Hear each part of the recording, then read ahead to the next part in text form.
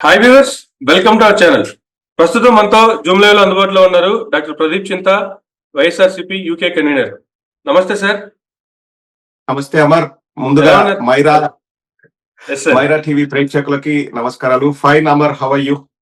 Fine sir, మీరు ఎలా ఉన్నారు? Yeah, I'm fine, thank you. Yes sir, ఏం చెప్తారు అంటే ముందుగా ఆంధ్ర రాష్ట్రంలో అధికారం మారిన తర్వాత, కొత్త ప్రభుత్వం ఏర్పడిన తర్వాత ఆల్మోస్ట్ 1 month గా వస్తుంది. ఈ 1 month లో పరిణామాలు కావచ్చు, పరిస్థితులు కావచ్చు, అడిగితే ఏం చెప్తారు సార్? ముందుగా నేను ఎలక్షన్ రిజల్ట్ రోజు కూడా నేను చెప్పాను, ఎన్నికల ఫలితాలని, ప్రజా తీర్పుని ఎవరైనా గౌరవించాల్సిందే. ఆ ప్రజా తీర్పు అన్నది ప్రజల అభిష్టం మేరకు జరిగింటే స్వాగతిస్తాం. కానీ అవకతవకలు లేకపోతే ట్యాంపరింగ్ అది ఇదని మనం చాలా వింటున్నాం. అలాంటివి జరిగింటే మాత్రం అది ప్రజాస్వామ్యానికి గొడ్డలి పెట్టు. అటువంటివి ప్రజాస్వామ్యంలో జరగకూడదు. ఒకవేళ జరిగింటే చాలా దురదృష్టకరం. ఎంతో మంది నాయకులు వారి గొంతును వినిపించారు, వారి వాణిని వినిపించారు. నిన్నటికి నిన్న రేవంత్ రెడ్డి గారు కూడా చెప్తున్నారు, రిజర్వ్ లో ఒక 15% ఈవీఎంస్ ఉంటాయి, వాటిని ఏదైనా చేయొచ్చు, మనకి ఇష్టం వచ్చినట్లు మనం వాటిని ట్యాంపర్ చేయొచ్చు, లేకపోతే నెంబర్స్ మనం క్రియేట్ చేసుకోవచ్చు అని చెప్తున్నారు. సో ఆ డీటెయిల్స్ ఎలా చేస్తారని మనకు తెలియదు. ఎప్పుడు తెలుస్తుందంటే, ఎవడైతే ఈ స్కామ్ ఒకవేళ జరిగింటే ఆ స్కామ్ లో ఇన్వాల్వ్ అయిన వాళ్ళు ఆర్థిక లావాదేవీలు లేకుండా అది జరిగిండదు. సో ఆ ఆర్థిక లావాదేవీలు ఏదైనా గొడవ వచ్చి వాళ్ళు కొట్టుకొని విషయాన్ని బయట పెడితే తప్పితే తెలిసే ఆస్కారం లేదు. ఎందుకంటే ఏ ప్రభుత్వ సంస్థ కూడా అది జరగలేదు అంటుంది కాబట్టి వాళ్ళు ఇంకా విచారణ చేయరు. సో విచారణ చేయనప్పుడు మనకు వాస్తవాలు బయటకు వచ్చే ఆస్కారం లేదు. ఎప్పుడు తెలుస్తుందంటే వాళ్ళు కొట్టుకొని లీకులు ఇచ్చుకొని బయట పెడితే తప్పితే ఇది తెలిసే ఆస్కారం లేదు. సో ఆ తరువాత జరిగిన పరిణామాలు చాలా దురదృష్టకరమైన పరిణామాలు. లైక్ నాకు దాదాపు 30 ఏళ్ళు అంటే రాజకీయాలతో పరిచయం ఉంది. మా గ్రామంలో మా ఫాదర్ వాళ్ళు రాజకీయాల్లో ఉన్నారు. మా తాత 15 ఏళ్ళు గ్రామ సర్పంచ్ గా పనిచేశారు. మా నేటివ్ కడప. ఇంకా మేము చిన్నప్పుడు అంటే అప్పట్లో ఫ్యాక్షన్స్ అనేది చాలా ఎక్కువ ఉండేది. మన ఊర్లలో మన కలం అంటారు, పొలం దగ్గర కళాల్లో వాములు ఉంటాయి, వాముల కింద అక్కడంతా బాంబులు పెట్టి ఇవన్నీ కూడా మేము చూసాం. బాంబుల సంస్కృతి మా జమరంలో ఎక్కువ ఉంది. బాంబులు శివారెడ్డి అనేవారు, మేము శివారెడ్డి వర్గంలో ఉన్నాం. సో అప్పటి నుంచి నాకు రాజకీయాల పైన అవగాహన ఉంది. అప్పుడంతా ఫ్యాక్షన్ ఇది జరిగిన అంటే గెలిచిన తర్వాత ఈ దాడులు ఉండేవి కాదు. ఏదున్నా ఎలక్షన్స్ ముందు గొడవ పడేవాళ్ళు, ఎలక్షన్స్ అయిన తర్వాత మన గ్రామ అభివృద్ధి మనం ఎట్లా చేసుకోవాలి, ఎట్లా ముందుకెళ్ళాలి, ఈ ఆలోచనే ఉండేది తప్పితే ఇంత దారుణమైన ప్రతీకార చర్యలు అయితే ఉండేటివి కాదు. తెలుగుదేశం వాళ్ళకి అంటే ఇప్పుడు నాయకుడు ఏదైనా చెయ్యొద్దు అని చెప్తే కార్యకర్తలు ఫాలో అవుతారు, నాయకుడు చెయ్యండి అంటే అదే కార్యకర్తలు ఫాలో అవుతారు. జగన్మోహన్ రెడ్డి గారు 2019 తర్వాత ఎక్కడా పిలుపునివ్వలేదు వాళ్ళని కొట్టండి అని గాని, లేకపోతే రామారావు గారి విగ్రహాల్ని ధ్వంసం చేయండి అని గాని, ఆస్తుల నష్టం చేయండి అని గాని జగన్మోహన్ రెడ్డి గారు ఏ రోజు కూడా పిలుపునివ్వలేదు. అందుకే 2019 తర్వాత ఇటువంటి సంఘటన మనం ఎక్కడా చూడలేదు. కానీ నేను ఎర్ర బుక్కు పెట్టుకుంటాను, నేను అది చేస్తాను ఇది చేస్తానని లోకేష్ గారు చెప్పడము, లోకేష్ గారు పిలుపునివ్వడంతో ఎవరికి వారు యథేచ్ఛగా ఇష్టం వచ్చినట్టు చట్టం మా చుట్టం, మమ్మల్ని ఎవరూ అరెస్ట్ చేయలేరు, మాకు ఏమీ కాదు అని ఇష్టారీతిన మనం వందల్లో చూసాం. రాజశేఖర రెడ్డి గారి విగ్రహాల తలలు నరకడము, రాజశేఖర రెడ్డి గారి విగ్రహాలకు నిప్పు పెట్టడము, యాసిడ్ పోయడము, చేతులు నరకడము, మొత్తంగా విగ్రహాలనే కూల్చేయడము, వైఎస్ఆర్ అని ఎక్కడైనా పేరు కనిపిస్తే యూనివర్సిటీలో కానీ ఎక్కడైనా కానీ వాటన్నిటిని కొట్టేయడము. నూజివీడులో అయితే పట్ట పగలు ఒక వ్యక్తిని పరిగెత్తి లైక్ మన కత్తితో పొడిచి గాయపరిచి చంపడము, ఇటువంటి దాష్టికాల్ని మనం చూస్తున్నాం. పోనీ వైఎస్ఆర్ కాంగ్రెస్ పార్టీ కార్యకర్తల మీదనే జులుం చూపిస్తున్నారంటే కాదు, ఉద్యోగస్తుల పైన. అసలు అచ్చెన్నాయుడు గారు ఏమన్నారు, ఎవరైనా పసుపు బిల్లతో వస్తే మర్యాదగా కూర్చోబెట్టి కాఫీ ఇచ్చి వాడికి ఎటువంటి పనినా చేయాలన్నారు. నెక్స్ట్ డేనే అయ్యన్న పాత్రుడు రోడ్డు పైన అధికారులు నిలబెట్టి నీ అమ్మ మొగుడు పనులు చేస్తారా అని చెప్పేసి దారుణంగా దూషించాడు. రికార్డింగ్ అవుతుందని తెలిసి కూడా. మొన్నటికి మొన్న ఒక మంత్రి గారి భార్య, ఏం పెళ్లికి వచ్చినావా లేకపోతే పోలీసు ఉద్యోగం చేయడానికి వచ్చినావా, యూనిఫామ్ లేదు నీకు, ఎవరు డబ్బులు ఇచ్చేది, వైఎస్ఆర్ కాంగ్రెస్ పార్టీ వల్ల ప్రభుత్వం డబ్బులు ఇచ్చేది అని నిలదీసి కడిగేసింది రోడ్డు పైన. అండ్ కాదు, అన్నిటికంటే దారుణంగా టీచర్ల పైన మనం చూస్తున్నాం. టీచర్ అని అమ్మనా బూతులు తిడుతూ గ్రామ పెద్దలు, ఎస్ మేము చెప్పినట్టు మీరు వినాల్సిందే, ఇక్కడ బియ్యం పెట్టుకుంటాం స్కూల్ అంటే, స్కూల్లో బియ్యం ఎట్లా సార్ అంటే, లేదు మేము పెడతాం, నీకు ఒళ్ళు బలిసింది, మాకు 164 వచ్చాయి, మేము చెప్పినట్టు మీరు వినాల్సింది. అందరినీ అండి, ఒక్కరిని కాదు, ఉద్యోగస్తుల్ని, వ్యాపారస్తుల్ని. ఇసుక దోపిడీ జరుగుతుంది, ఇసుక దోపిడీ అనేది దారుణంగా జరుగుతుంది. ఉమ్, అతిసార వ్యాధితో వైద్య వ్యవస్థ అతలాకుతలం అవుతుంది, విద్యా వ్యవస్థ నాశనమైంది, అమ్మకు వందనం లేదు, నాన్నకు ఇంధనం మాత్రం ఉంది, అది కూడా నాణ్యమైన మందు అన్నారు. 150 రూపాయలు 50 రూపాయలు చేస్తామన్నారు, ఎక్కడా చేయలేదు. పవర్ స్టార్ అనే మందు తీసుకొచ్చారు, దానికి క్వార్టర్ 150 రూపాయలు, ఉమ్, ఎక్కడ రేట్లు తగ్గలేదు, కరెంటు బిల్లులు పెరుగుతున్నాయి. అండ్ చెప్పిన వాటిలో ఇంతవరకు మిమ్మల్ని అడుగుతున్నాను అమర్, సూటి ప్రశ్న, మీరు మీడియాలో ఉంటారు కాబట్టి మీకు తెలుసు. సార్ గెలిచిన తర్వాత పవన్ కళ్యాణ్ గారు గాని చంద్రబాబు నాయుడు గారు గాని సూపర్ 6 అనే మాట ఎత్తారా? పథకాల అమలు వేరే విషయం, సూపర్ Yes, sir. 6 అన్న మాట అన్నారా? అంటే నేను అసలు మీడియాలో ఉండను, నేను రాజకీయాల్లో ఉండను, వెళ్ళిపోతా. నెల రోజులు దాటింది, సార్ దాని ఎక్కడ న్యూసే లేదు. ఎక్కడ మాట్లాడట్లేదు సార్ అసలు. వాళ్ళు చేసేదంతా కూడా ప్రజలను భయభ్రాంతులకు గురి చేద్దాం. మరి ముఖ్యంగా వైఎస్ఆర్ కాంగ్రెస్ పార్టీ వాళ్ళని, అధికారుల్ని మా గుప్పెట్లో పెట్టుకుందాం, మనం ఇష్టం వచ్చినట్టు చేద్దాం. నిన్న కూడా ఏదో మీటింగ్ జరిగితే కడపలో మాధవి గారు ఎమ్మెల్యే, ఉమ్, ఆవిడ రెడ్డప్ప గారు మాధవి గారు, ఎవరో కౌన్సిలర్ ఎవరో మాట్లాడుతుంటే లిసన్ టు మీ, నేను చెప్తే నువ్వు వినాలి, నువ్వు చెప్తే వినడానికి నేను రాలేదు ఇక్కడ. వాడు వైఎస్ఆర్సీపీ నా మాట- కౌన్సిలర్ అట. Whoever it is, there Yes, is procedure అండి, ఒక రెస్పెక్ట్ ఇవ్వాలి. చైర్లో అవును. వచ్చినప్పుడు నువ్వు నీ ఇంట్లో సోఫాలో కూర్చొని నువ్వేమి పిన్ని లేకపోతే మొగల్ రేకులు సీరియల్ చూసుకుంటా నువ్వు వాళ్ళని తిట్టట్లేదు. Yes, sir. ఉంటారు కదా ఏదైనా లేడీస్ టీవీలో చూసి రియాక్ట్, ఆ చైర్ కి నువ్వు గౌరవం ఇవ్వాలి. నీ యాటిట్యూడ్ ఉండొచ్చు, నీకు పొగరు ఉండొచ్చు, um, it doesn't matter, but you have to give respect to the chair. ఒక చైర్ Yes, లో sir. కూర్చున్నప్పుడు నువ్వు ఆ చైర్ కి కుందాతనం తీసుకొచ్చేలాగా మాట్లాడాలి. నా ఇష్టం వచ్చినట్టు నా ఇంట్లో కూర్చొని నా భర్తను తిట్టినట్టు, మా అత్తను తిట్టినట్టు, లేకపోతే ఇంకొకరిని తిట్టినట్టు నేను తిడతా అంటే రాజకీయాలే మీ ఇంటి ఇదేంటి ఆస్థానం ఏం కాదు ఇది. సో అంతే కదా. ఇదంతా వాళ్ళ పొగరును తెలియజేస్తుంది. అండ్ ఇక్కడ బాధాకరమైన విషయం ఏంటంటే, సార్ నేను ఎప్పుడు ఒకటే నమ్ముతాను అమర్, లైక్ ఇప్పుడు మనం కసబ్ అనే వ్యక్తిని చూసాం, అవును. నవంబర్ లో ముంబైలో జరిగిన దాడులు. ఆ దాడుల్లో అతను వచ్చాడు, చాలా మంది వచ్చారు, చనిపోయారు, వాడు ఒక్కడు దొరికాడు. వాడిని ఒక 3 ఏళ్ళు 4 ఏళ్ళు జైల్లో పెట్టి తర్వాత గురి తీశారు. విఐపి ట్రీట్మెంట్ ఇచ్చారు. తప్పు కసబ్ది కాదు. ఉమ్, కసబ్ ట్రైనింగ్ ఇచ్చే వాళ్ళంతా 50-60 ఏళ్ళోళ్ళు అక్కడ పాకిస్తాన్ లో కూర్చొని వాళ్ళు ఎప్పుడు గన్ను పట్టుకొని రారు. ఉమ్, రోడ్ల మీదకి పంపించేది ఇటువంటి అమాయకుల్ని, పిల్లగాలను పంపించి మీరు పోయి చంపండిరా, మీకు దేవుడు మీకు అది ఇస్తాడు ఇది ఇస్తాడు అని చెప్పేసి మాయమాటలు చెప్పి ఈ అభం శుభం తెలియని పిల్లగాళ్ళని ఉసిగొల్పి ప్రేరేపించి వాళ్ళ చేత ఇటువంటి పనులు చేయిస్తాం. నాకు తెలిసి కసబ్ దొరికాడు కాబట్టి వాడంతా 20 ఏళ్ళు ఉంటాయి కసబ్ కప్పు దొరికినప్పుడు. ఉమ్, ఉమ్, మిగతా వచ్చిన వాళ్ళంతా కూడా 20-25 25 లోపల ఉంటారు. ఇప్పుడు Yes, sir. ఇక్కడ గొడవలు జరిగేటన్ని కూడా మీరు చూస్తే అంత యంగ్స్టర్స్ వీళ్ళే, ఉమ్, వీళ్ళ చేత చేయించేది ఎవరు? వాళ్ళు అక్కడ కూర్చొని తండ్రి కొడుకులు ఇద్దరు చేయిస్తున్నారు. ఉమ్, సో వాళ్ళు చేయొద్దు అంటే వీళ్ళు చేయరు, తప్పు వీళ్ళది కాదు. అక్కడ కట్టడి చేసే సిస్టమ్ లేకపోవడం వల్ల ఇవన్నీ జరుగుతున్నాయి. Yes, sir. సునకానందం పొందుతూ వాళ్ళు ఎంత దారుణాలకు చూస్తున్నారో ఈ నెల రోజుల్లో జరిగిండేది ఇదే. ఉమ్. క్లుప్తంగా మళ్ళీ చాలా జరిగాయి, sir. నేను క్లుప్తంగా చెప్తున్నా. Yes, sir. అయితే ఇటు తెలంగాణ సీఎం రేవంత్ రెడ్డి గారు కావచ్చు, అటు ఆంధ్రప్రదేశ్ సీఎం చంద్రబాబు నాయుడు గారు కావచ్చు, ఇద్దరు కూడా ఢిల్లీ పర్యటన ముగిసింది. మొన్న ఢిల్లీలో ఉదయం చంద్రబాబు నాయుడు గారు ప్రధానమంత్రి గెలిస్తే మధ్యాహ్నం రేవంత్ రెడ్డి గారు ప్రధానమంత్రి గారు గెలిచారు. నిన్న స్టార్టింగ్ లో మీరు అన్నట్లుగా ఈవీఎంల మీద రేవంత్ రెడ్డి గారు ఒక కామెంట్ చేశారు.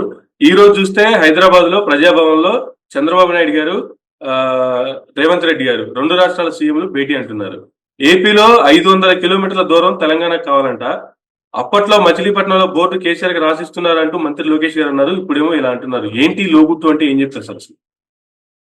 ఇక్కడ నేను కూడా ట్విట్టర్ లో రేవంత్ రెడ్డి గారు పెట్టిన ట్వీట్ చూశాను. మేమిద్దరం పర్సనల్ గా కలుస్తున్నామని పెట్టారు. పర్సనల్ గా అనే మాట వాడారు, దానికి ఒక ఇంగ్లీష్ పదం ఉంటది, టీట్ అనేది ఏదో ఉంటది పదం. సార్ సో అంత పర్సనల్ గా కలవాల్సిన అవసరం ఏముంది? రెండవది, హైదరాబాద్ లో ఎక్కడ చూసినా పసుపుమయం అయింది.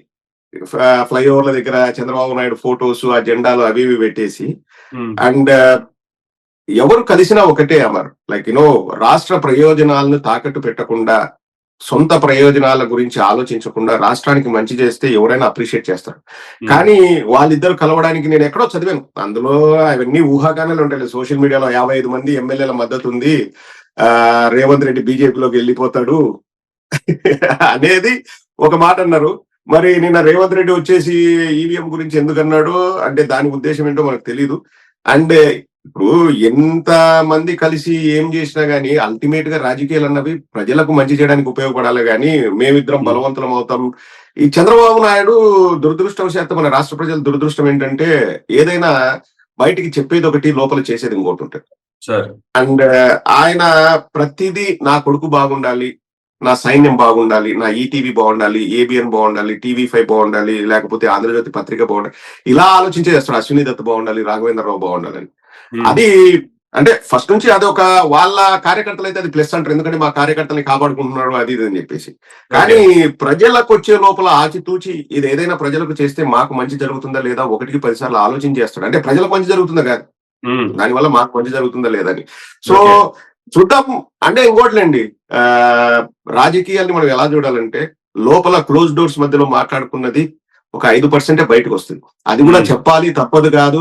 అంటే తప్పదు కాబట్టి వాళ్ళు చెప్తారు బయటకు వచ్చి, మీడియాతో కానీ లేకపోతే వాళ్ళ కార్యకర్తలతో కానీ వాళ్ళ నాయకులతో కానీ.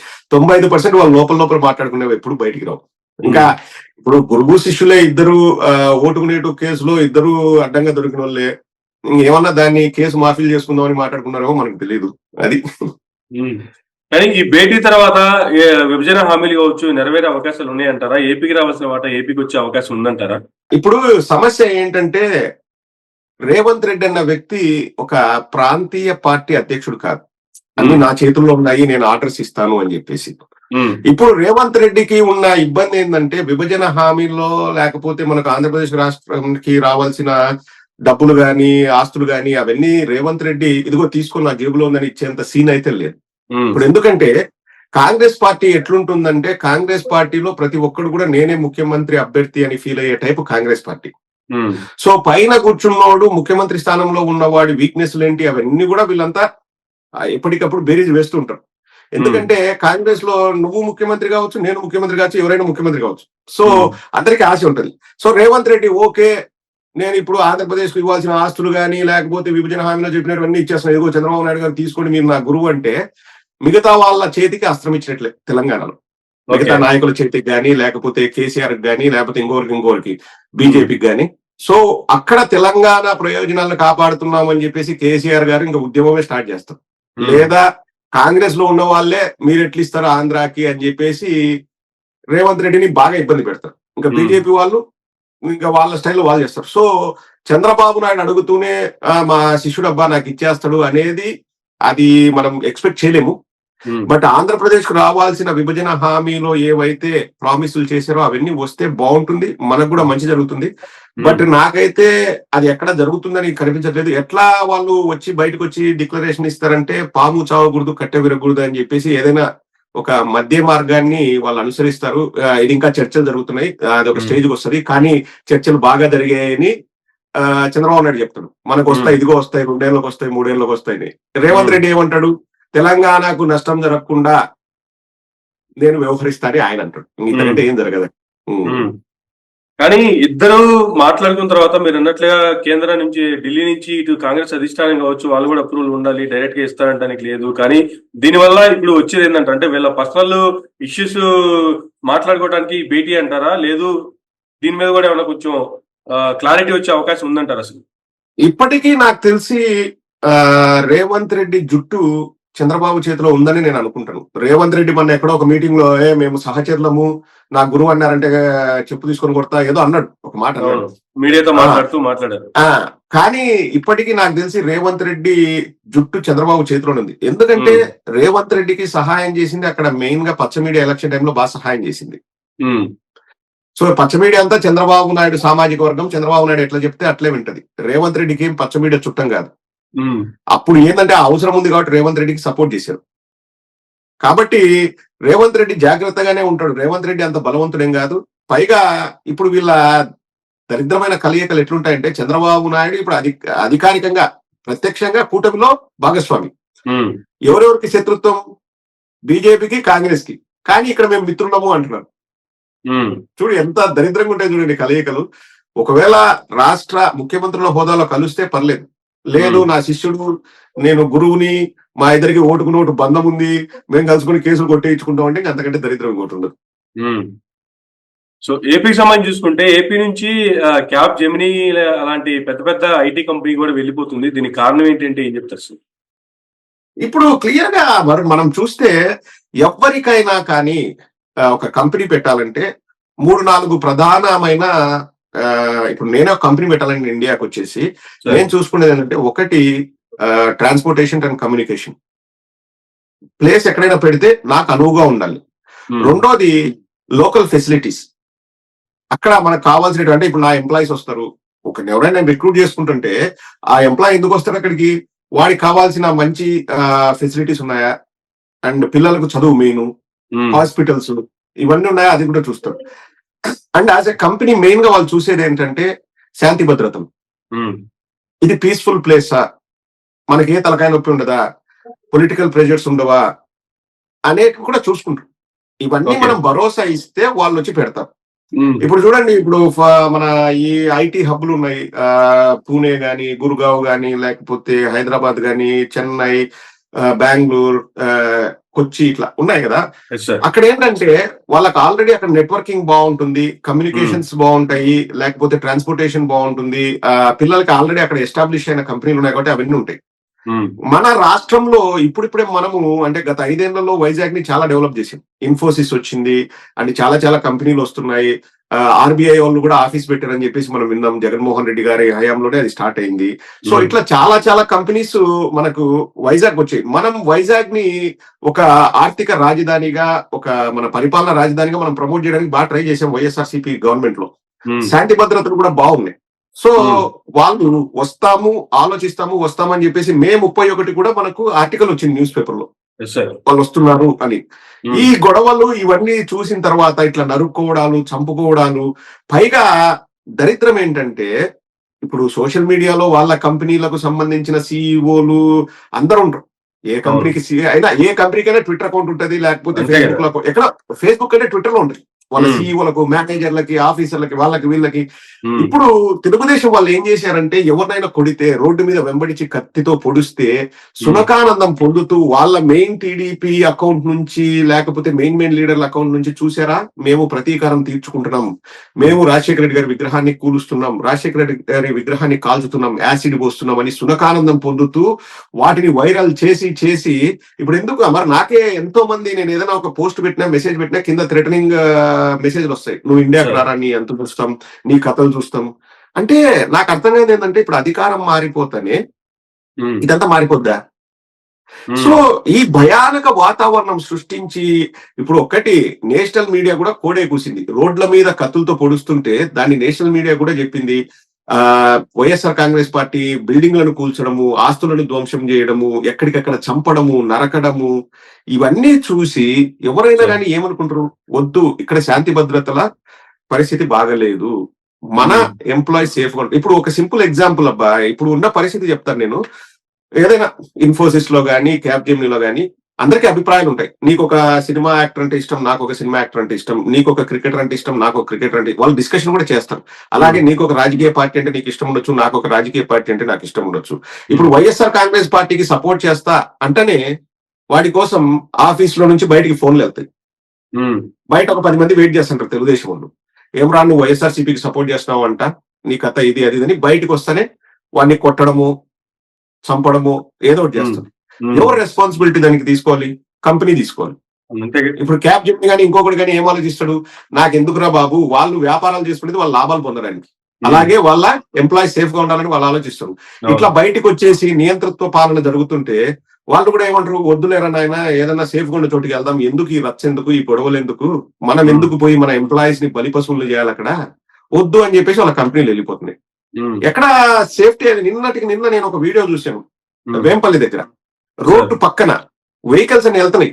అజయ్ కుమార్ రెడ్డి అనే అతన్ని వైఎస్ఆర్ కాంగ్రెస్ పార్టీ అక్కడ ఉన్న నాయకుడి లోకల్ గా బ్యాట్లతో, రాడ్లతో, కర్రలతో, రాళ్లతో కొడుతున్నారు, పొలాల్లో వేసి కొడుతున్నారు. అది రికార్డింగ్ కూడా చేస్తున్నారు. అంటే వెహికల్స్ అన్ని వెళ్తున్నాయి, అంత దారుణంగా ఉంది పరిస్థితి ఆంధ్రప్రదేశ్ లో. సో ఏ కంపెనీ అయినా ఎందుకు వస్తుంది అంటే, ఇక్కడ దారుణం ఏంటంటే వాళ్ళు ఎక్కడా ఖండించట్లేదండి. ఇప్పుడు నాయకులు కూడా ఇటువంటివి చేయొద్దు అని చెప్పి, కనీసం పవన్ కళ్యాణ్ ఇట్లాంటివి ఏదో చేయొద్దని పిలుపురాయని ఇచ్చారు మన ఎక్కడో మీటింగ్ పెట్టుకొని.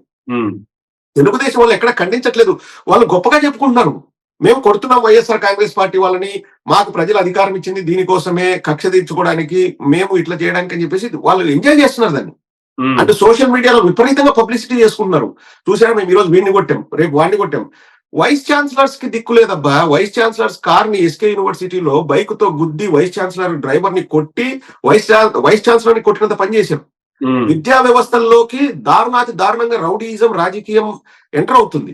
సార్ ఎంతటి దారుణమైన పరిస్థితి ఇది. ఇవన్నీ చూసిన తర్వాత నువ్వైనా నేనైనా కంపెనీ పెట్టాలా ఏం అవసరం? ఇప్పుడు ఎవడైనా కంపెనీ ఎందుకు పెడతాడబ్బా? వాడికి లాభాలు రావాలా? ఉమ్, సింపుల్. అంతేగా. వ్యాపారం చేసేది లాభం కోసం. అవును. నాకు ఆ లాభం మీద వేరే చోట తెచ్చుకుంటే ఈడికి వచ్చి దరిద్రం అంతా ఎందుకు అని చెప్పేసి క్యాప్ జెమిని వెళ్ళిపోయింది. అది ఓపెన్ సీక్రెట్. ఉమ్. అయితే గ్రామ స్థాయిలో రెడ్ బుక్ చివరకు చిత్తూరు జిల్లాలో జనానికి నీళ్ళిచ్చే వాటర్ ట్యాంకులు కూడా కూల్చుతున్నారు. రేపు 17 మెడికల్ కాలేజీలను కూల్చేస్తారేమో అనే భయం ప్రజల్లో ఉంది. దీన్ని ఎలా చూడాలంటారు? ఏదైనా జరగచ్చు అమ్మ. ఇప్పుడు వాటర్ ట్యాంకులు కూల్చేశారు అండ్ వైఎస్ఆర్ కాంగ్రెస్ పార్టీ ఆఫీసులు కూల్చారు. విద్యా వ్యవస్థ నాశనం అవుతుందన్న దానికి కొన్ని సంఘటనలే ఉదాహరణలు, మచ్చుతునకలు.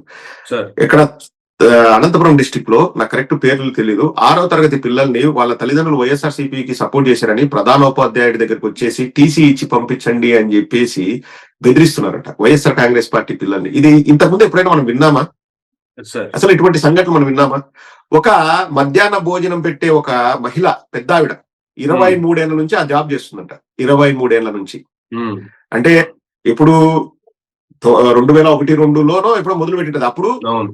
చంద్రబాబు నాయుడు ముఖ్యమంత్రి, తర్వాత రాజశేఖర రెడ్డి గారు ముఖ్యమంత్రి, రోసయ్య గారు ముఖ్యమంత్రి, కిరణ్ కుమార్ రెడ్డి గారు ముఖ్యమంత్రి, మళ్ళీ చంద్రబాబు నాయుడు గారు ముఖ్యమంత్రి, జగన్మోహన్ రెడ్డి గారు ముఖ్యమంత్రి. 6 మంది ముఖ్యమంత్రులను చూసింది ఆవిడ. ఉమ్, ఎప్పుడూ లేనిది ఇప్పుడు వచ్చేసి నువ్వు మానేసే పని చేయొద్దు అంటే ఆమె పురుగుల మందు దాగి ఆత్మహత్య యత్నం చేసుకుంది. సార్ ఎంత దారుణంగా అంటే ఇప్పుడు గుళ్ళు బళ్ళు అన్న తేడా లేకుండా ఎక్కడికైనా వెళ్ళి మేము రౌడీజం చేస్తాం, వాటర్ ట్యాంకులు కూడగొడతాం. ఇప్పుడు వాటర్ ట్యాంకులు అంటే నాకు గుర్తొస్తుంది, మొత్తం వాటర్ ట్యాంకులన్నీ పసుపుమయం చేస్తున్నారు ఉమ్, ఎక్కడికక్కడ. ఇంతకుముందు పెయింట్లు వేస్తే ఏమో అన్నోళ్ళు, ఇప్పుడు అసలు వాళ్ళ చెప్పాలంటే రాష్ట్రంలో ఇంత భయానక వాతావరణం, ప్రజలు కూడా చాలా బాధపడుతున్నారు, మదన పడుతున్నారు. లైక్ ఇప్పుడు నేను చెప్పినటువన్నీ కూడా జరిగినట్టువే. మనం ఏదో మన ఇష్టారైతున నోటికి వచ్చినట్టు వాగినట్టు కాదు. ప్రతి ఒక్కటి ఆధారాలతో. ఇప్పుడు ఎవరైనా ఆత్మహత్య యత్నం చేసుకున్నారంటే టైం పాస్ కింద చేసుకోరు కదా, మనోవేదన గురయ్యే చేసుకుంటారు. సార్ ఇప్పుడు కూలుస్తున్నారు, కూల్చేదే టైం పాస్ కూల్చరు కదా. అవును. ఒకటి మన ఇంటి పైన ట్యాంక్ కడితే మనం కూల్చొచ్చు, అంటే ఎవడో వచ్చి మా ఇంటి పైన ట్యాంక్ కట్టని. పబ్లిక్ ట్యాంక్ ని, ప్రభుత్వ ఆస్తిని ప్రొక్లైనర్లతో కూల్చడం అన్నంత దౌర్భాగ్యపు పని ఎక్కడ చూడలేదు. ఇలా కూల్చాలంటే మనం చెప్పుకోలేదు. దాదాపు 15,000 బిల్డింగ్లు కట్టారు జగన్మోహన్ రెడ్డి గారు. ఆర్బీకే సెంటర్లు, రైతు భరోసా కేంద్రాలు, హెల్త్ క్లినిక్లు, సచివాలయాలు, నాడు నేడు కింద స్కూల్ డెవలప్మెంట్, 15 మెడికల్ కాలేజీలు, పోర్టులు, ఫిషింగ్ హార్బర్లు, ఇవన్నీ ప్రభుత్వ ఆస్తులే. వాటన్నిటి కూడా కూలుస్తారేమో మరి, ఎందుకంటే మాకు వద్దని. ఇప్పుడు వ్యవస్థల్ని నిర్వీర్యం చేస్తున్నారు. జగన్మోహన్ రెడ్డి గారు ఏదైతే సిస్టమ్ ఒక గాడిలో పెట్టారో వాటిని మొత్తం అతలాకుతలం చేస్తున్నారు. ఇప్పుడు వాలంటీర్ల 10,000 ఇస్తామని ఇట్లా అన్నారు చంద్రబాబు నాయుడు. ఇట్లా తీసుకోండి. ఇప్పుడు అది గాల్లో కలిసినట్లేండి దాని అర్థం. మేము ఇస్తామని కాదు, అది గాల్లో కలిసినట్టే. వాలంటీర్ సిస్టమ్ పోయింది, ఇంటికే రేషన్ సిస్టమ్ పోయింది. ఫస్ట్ మంత్ కాబట్టి జూలై 1వ తేదీ వాళ్ళు వీళ్ళు అందరూ తెలుగుదేశం నాయకులు వెళ్ళి పింఛన్లు ఇచ్చారంట. అది కూడా ఎట్లా జరిగింది నేను చెప్తాను. నేను అందరినీ అడిగి కనుక్కున్నాను. 3-4 ఇచ్చారు ఇంటికి వెళ్ళి. మిగతా వాళ్ళందరినీ ఒక చెట్టు కిందకి ఇస్తామని చెప్పేసి చేతివాటం చూపించి 500 నొక్కడము, 1000 నొక్కడం ఇట్లా చేశారు. అది ఫస్ట్ మంతే. ఇక 2వ నెల నుంచి ఇంకేం చేస్తారో చూద్దాం. ఎందుకంటే ఇది ఒక రోజుతో అయిపోయింది కదా, 60 నెలలు ఇవ్వాలి వాళ్ళు. ఒక నెల ఇచ్చేసి చూసామా మేము ఇచ్చాం, వాలంటీర్స్ లేకుండా ఇచ్చేసామంటున్నారు. నెక్స్ట్ నెల నుంచి ఎలా ఇస్తారో అది కూడా మనం చూస్తాం కదా. అండ్ ఎవరెవరు చేతివాటం చూపిస్తారో, ఎవరెవరు ఇవన్నీ చేస్తారో. ఆల్రెడీ నేను విన్నది ఏంటంటే దాదాపు 13,000 మందికో 23,000 మందికో తక్కువ ఇచ్చాం, అంటే కట్ అయిపోయింది పెన్షన్ నుంచి. మొత్తం 66 లక్షల్లో 66 లక్షల మందికి ఇవ్వలేదు, 65 లక్షల చేంజ్ ఇచ్చారు, తగ్గారు. ఇంకా వచ్చినప్పటికీ దాదాపుగా 2,50,000 మంది అనధికారికంగా పింఛన్లు తీసుకున్నారు. వీళ్ళంతా పింఛన్లకు అర్హులు కాదు. అయినప్పటికీ వైఎస్ఆర్సీపీ వీళ్ళకి పింఛన్లు ఇస్తుందని చెప్పి 2,50,000 మందిని లిస్టు కూడా తయారైంది అనేటువంటి గత 2-3 రోజులుగా వస్తున్నటువంటి వార్తలు. వీళ్ళందరి మీద చంద్రబాబు నాయుడు గారు యాక్షన్ తీసుకోమన్నారు. ఇటువంటి వాటన్నిటిని ఏరిపారిస్తున్నారు. ఇటువంటి కూడా వస్తున్నాయి. నాకు చాలా మంది వైఎస్ఆర్సీపీ మిత్రులు, సోదరులు ఏం చెప్పారంటే, వాళ్ళకి అధికారం ఇచ్చారు కదా, మనం ఒక 6 నెలలు సైలెంట్ గా ఉండాలి అన్నారు. దానికంటే పిచ్చితనం ఇంకోటి ఉండదు.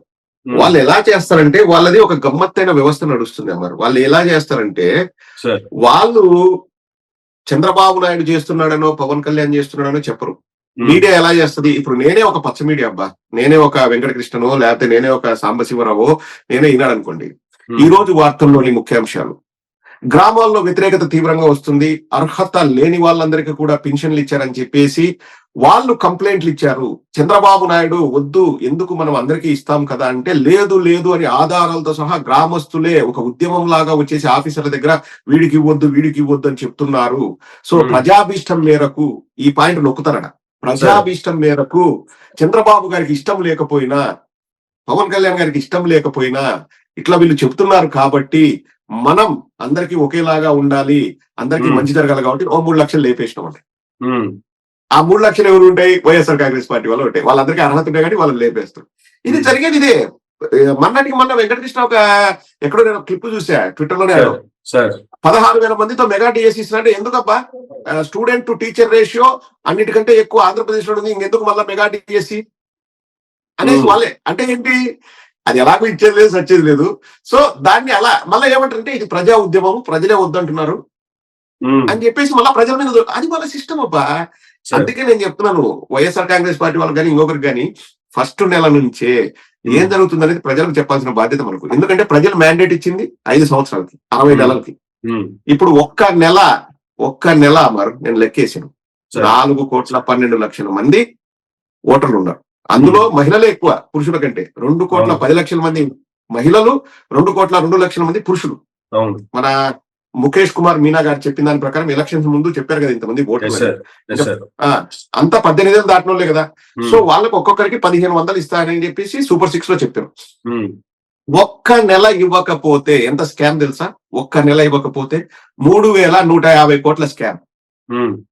2 నెలలు ఇవ్వకపోతే ఆ హామీని 6,300 స్కామ్. దాదాపు ఒక సంవత్సరం తర్వాత ఇచ్చారనుకోండి 36,000 కోట్ల స్కామ్ జరుగుతుంది. 38,600 కోట్ల స్కామ్ అది. ఇప్పుడు ప్రజలు 60 నెలలు మీకు మ్యాండేట్ ఇచ్చినప్పుడు మీరు చెప్పిన ప్రామిస్లు కూడా 60 నెలలు ఇవ్వాలి కదా. సరే మాకు టైం పడుతుంది, మేము టైం బట్టికి వేరే విషయాల్లో అయితే టైం పట్టచ్చు. ఇప్పుడు ఎంతమంది ఉద్యోగస్తులు ఎంతమంది ఉన్నారు, నిరుద్యోగస్తులు ఎంతమంది ఉన్నారు, వారికి అక్షరాస్యత ఎంత ఉంది, ఇది టైం పట్టచ్చు. నైపుణ్య గణన అది అంటే దీంట్లో ఏముందబ్బా టైం పట్టడానికి? 18 ఏళ్ళు దాటిన వాళ్ళు 2,10,00,000 మంది. టైం పట్టేది ఏముంది? అంతేగా. సరే టైం పట్టింది అనుకో, ఒక సంవత్సరం నీకు టైం పట్టింది అనుకో, ఆ సంవత్సరం తర్వాత ఎన్ని నెలలు ఉంటాయి? ఇంకా 48 నెలలు ఉంటాయి. ఈ ముందు 12 నెలలకు కూడా బ్యాక్ డేట్ వేసి ఒక్కొక్కరికి 18,000. ఇప్పుడు సపోజ్ 2025 జూన్ నుంచి స్టార్ట్ చేస్తాం అనుకో, లైక్ మనం పింఛన్ పెంచారు కదా, 4,000 పింఛన్ ప్లస్ 3 నెలలు కల్పించారు కదా. అట్లా ఇస్తారా ఇవ్వరా? ఇవ్వలేదంటే వాళ్ళు ఇచ్చిన హామీని మోసం చేసేట్టు. అవునా కాదు? అంతే కదా. నేను కోరేది కూడా ఎవరికి, అందరికీ మంచి జరుగుతుంది. ఇప్పుడే వైఎస్ఆర్ కాంగ్రెస్ పార్టీ మహిళలకి ఇవ్వనట్లేదు, తెలుగుదేశం మహిళలకు వస్తుంది, వాళ్ళకి మంచి జరుగుతుంది కదా. జేఎస్పీ మహిళలకు వస్తుంది, వాళ్ళకు మంచి జరుగుతుంది కదా. సో ఒక్క నెల ఇవ్వకపోతే 3,150 కోట్ల స్కామ్. గ్యాస్ సిలిండర్ ఎక్కడ? గ్యాస్ సిలిండర్ అమ్మకు వందనం ఎక్కడ? ఖరీఫ్ సీజన్ స్టార్ట్ అయింది, జూన్ లో ఖరీఫ్ సీజన్ స్టార్ట్ అయింది, అందరూ పొలం పనులు చేస్తారు. ఎక్కడ రైతు భరోసా 20,000 ఎక్కడ? ఇప్పుడు నిరుద్యోగుల్ని నువ్వు గణన చేయొచ్చు, నైపుణ్య గణన అది అని. నిరుద్యోగులకు ఇస్తాన్న 3,000 ఎక్కడ? షాదీ పెళ్లి చేసుకుంటే షాదీ తోఫా పెళ్లి అది అన్నారు కదా, ₹1,00,000 ఎక్కడ? ఇవన్నీ అమలు చేయాలంటే సింపుల్, నేను ఒకటి చెప్తున్నాను చూడండి, ఇవన్నీ అమలు చేయాలంటే నెలకే నీకు అంటే ఈ Super 6 కే ఒక్కొక్క నెలకి దాదాపు 20,000 కోట్లు అవసరం అవుతుంది. సంవత్సరానికి 2,40,000 కోట్లు. మన మొత్తం బడ్జెట్ ఎంత? అంటే మన బడ్జెట్ లో మళ్ళా ఏంది 70 నుంచి 80% మెయింటెనెన్స్ లకి, అంటే ఉద్యోగస్తులకి జీతాలకు, లేకపోతే హాస్పిటల్ మెయింటెనెన్స్ లకి, అన్ని అడ్మినిస్ట్రేషన్ కి మనకు 70 నుంచి 80% మన సరిపోతుంది బడ్జెట్ లో. ఆ ఉండే 20% లో మనము సంక్షేమానికి గానీ అభివృద్ధికి గానీ మనము డివైడ్ చేసుకుంటే మనం చేయాలా. కానీ చంద్రబాబు నాయుడు చెప్పిన హామీలు సంవత్సరానికి 2,40,000 కోట్లు, 2,50,000 కోట్లు కేవలం సంక్షేమానికే అవుతుంది. భారతదేశ మొత్తాన్ని ఆర్థిక ఇది సంక్షేమానికి పెట్టే డబ్బులు తీసుకొచ్చి ఆంధ్రప్రదేశ్ లో పెట్టే అది జరగదు, ఇంపాసిబుల్. కాబట్టి ఒకవేళ జరిగింది తూతూ మంత్రంగా జరిగిందని చెప్పాలంటే ఏం చేస్తారు? 66 లక్షల పెన్షన్లు కాస్త 6 లక్షల పెన్షన్లు అయితే 18 ఏళ్ళు దాటిన తర్వాత 2,10,00,000 ఉన్నారంటే లేదు, 18 ఏళ్ళు దాటిన తర్వాత ఉన్నది ఓన్లీ 5 లక్షల మంది అంటారు. అమ్మకు వందనం అంటారు కదా, మేము అందరికి ఇస్తామని చెప్పినాము, కానీ తెల్ల రేషన్ కార్డు, లేకపోతే దారిద్ర్య దిగువన ఉన్న వాళ్ళు, లేకపోతే గవర్నమెంట్ స్కూల్కి పోయే వాళ్ళు, లేకపోతే 15 ఏళ్ళు దాటిన వాళ్ళు ఇట్లా అన్నిటికీ ఇఫ్స్ అండ్ బట్స్ వస్తాయి. ఉమ్, ఇప్పుడు ఏదైనా టర్మ్స్ అండ్ కండిషన్స్ అని ఏదైనా క్రెడిట్ కార్డు కొంటే కింద అవును. 3 చుక్కలు పెట్టి ఒక 10 పేజీలు ఉంటుంది చూడండి టర్మ్స్ అండ్ కండిషన్స్. yes, ఆ sir. టైప్ లో వస్తాయి. కానీ ఎలక్షన్ ముందు తెలుగుదేశం వాళ్ళు ఇట్లా అన్నారే తప్పితే చంద్రబాబు నాయుడు దీంట్లో టర్మ్స్ అండ్ కండిషన్స్ ఉంటాయని చెప్పలేదు. అవును. అది ఇంప్లిమెంట్ కాదు, ఇంపాసిబుల్. కాబట్టి వైఎస్ఆర్ కాంగ్రెస్ పార్టీ వాళ్ళకు కూడా నేను చెప్పేది ఏంటంటే 6 నెలలు వెయిట్ చేద్దాము, వాళ్ళు ఇవ్వకపోతే మనకి ఇంకా మేలే కదంటే ఇక్కడ నేను ఒకటే ఆలోచిస్తున్నాను, సార్. మన పార్టీకి మేలు అవుతుందా లేదా కాదు. వాళ్ళు చెప్పినవన్నీ ఇస్తే ప్రజలకు మేలు అవుతుంది కదా. పోనీ అంతే. ఇన్నిలే బా ఇచ్చి హీరోలు కానీలే, ఉమ్, తెలుగుదేశం వల్ల హీరోలు కానీలే ఇచ్చి సంతోషమే కదా. అంతే కదా. అంటే అల్టిమేట్ గా ప్రజలకు మంచి జరుగుతుంది కదా. ఉమ్, ఇవ్వని మనం ఎందుకు ఆపాలా, మనం ఫస్ట్ రోజు నుంచి అడగాల, తప్పులేదు. నేను Yes, sir. ఏదైతే అడుగుతున్నానో, నేను ఇంతకుముందు 4-5 వీడియోలు చేసి నా ఛానల్లో నేను పెట్టి అడిగాను. సార్. జగన్మోహన్ రెడ్డి గారు నిన్న నెల్లూరులో మన పిన్నెల్లి ముందర రామకృష్ణ రెడ్డి. ఉమ్, ఆ, జగన్మోహన్ రెడ్డి గారు అడిగారు, అమ్మకు వందనం ఎక్కడ, అవును. ఎక్కడ రైతు భరోసా ఎక్కడ 18 ఏళ్ళ దాంట్లో మహిళలకి 1500 రూపాయలు ఓటు, ఎన్ని ఓట్లు ఉన్నాయి, ఎంతమంది ఓటర్లు ఉన్నారో సహా చెప్పారు జగన్మోహన్ రెడ్డి గారు. అవును. మన నాయకుడు అడిగినప్పుడు మనం అడగకూడదా? కాబట్టి ఫస్ట్ డే నుంచి మనం అడగాల. ఒకటే బా, మనమే వాళ్ళ మీద కక్షిత అడగట్లేదు, వాళ్ళే ఇస్తా ఉన్నారు. ఎన్నోసార్లు చేతులు ఇట్లిట్లానే అన్నారు. ఉమ్, ఇస్తే ప్రజలకు మంచిది. ఏ ప్రజలు అంటే జనసేన వాళ్ళు ఉంటారు, టీడీపీ వాళ్ళు ఉంటారు, వైఎస్ఆర్ కాంగ్రెస్ పార్టీ వాళ్ళు ఉంటారు, మేలే కదా. పోనీ అట్లా ఇచ్చేసి పేరు తెచ్చుకోమను, మనకేం అభ్యంతరం లేదు. ఉమ్, వాళ్ళు హామీ చూసే ఇస్తారన్న హామీలను చూసే ఓట్లు వేసారు. హామీలను నిలబెట్టుకుంటే పోనీ మీరే బాగుపడండి, ఆ క్రెడిట్ తీసుకోండి, ఎవరు వద్దన్నారు. ఉమ్, అది జరిగేది కాదు, అది అయ్యేది కాదు. ఉమ్, ఏమంటే సామాన్యులకు ఎప్పుడు తెలుస్తుందంటే ఒకటే అమర్, సార్. మన రాష్ట్రంలో ఉన్న అంటే ఒక దురదృష్టకరమైన పరిస్థితి ఏంటంటే చాలా మంది పేదవాళ్ళు ఉంటారు కదా, ఉమ్, వాళ్ళు ఇన్ని ఆలోచించరు. నాకు ఈ పూట గడుస్తుందా గడవట్లేదా ఉమ్, అని ఆలోచించే వాళ్ళు చాలా మంది ఉన్నారు. సో ఉమ్, వాళ్ళకు రాష్ట్రం పట్టబోతుంది తేలేడు, నాకు ఎందుకే, నాకు 4000 ఇస్తాను పెన్షన్ చాలు, నాకు 3 సిలిండర్లు ఇస్తారు, నాకు ఉపయోగపడుతుంది, నాకు లేకపోతే 18,000 ప్రతి మహిళకు అన్నారు, నాకు అది మేలు. ఎక్కడి నుంచి కాబట్టి ఎప్పుడు ప్రజల్లో ఆగ్రహము వ్యతిరేకత వస్తుందంటే ఎప్పుడైతే ఇవి ఇంప్లిమెంట్ చెయ్యరో వాళ్ళు ఆశ పెట్టుకుంటారు ఉమ్, సామాన్యులు. అప్పుడు ప్రజల నుంచి ఆగ్రహం వస్తుంది. ఎందుకు ఫస్ట్ మంతే పెన్షన్ లో ఎన్ని అవకతవకలు జరిగినాయో ప్రజలందరూ కూడా మాట్లాడుకుంటున్నారు. yes, sir.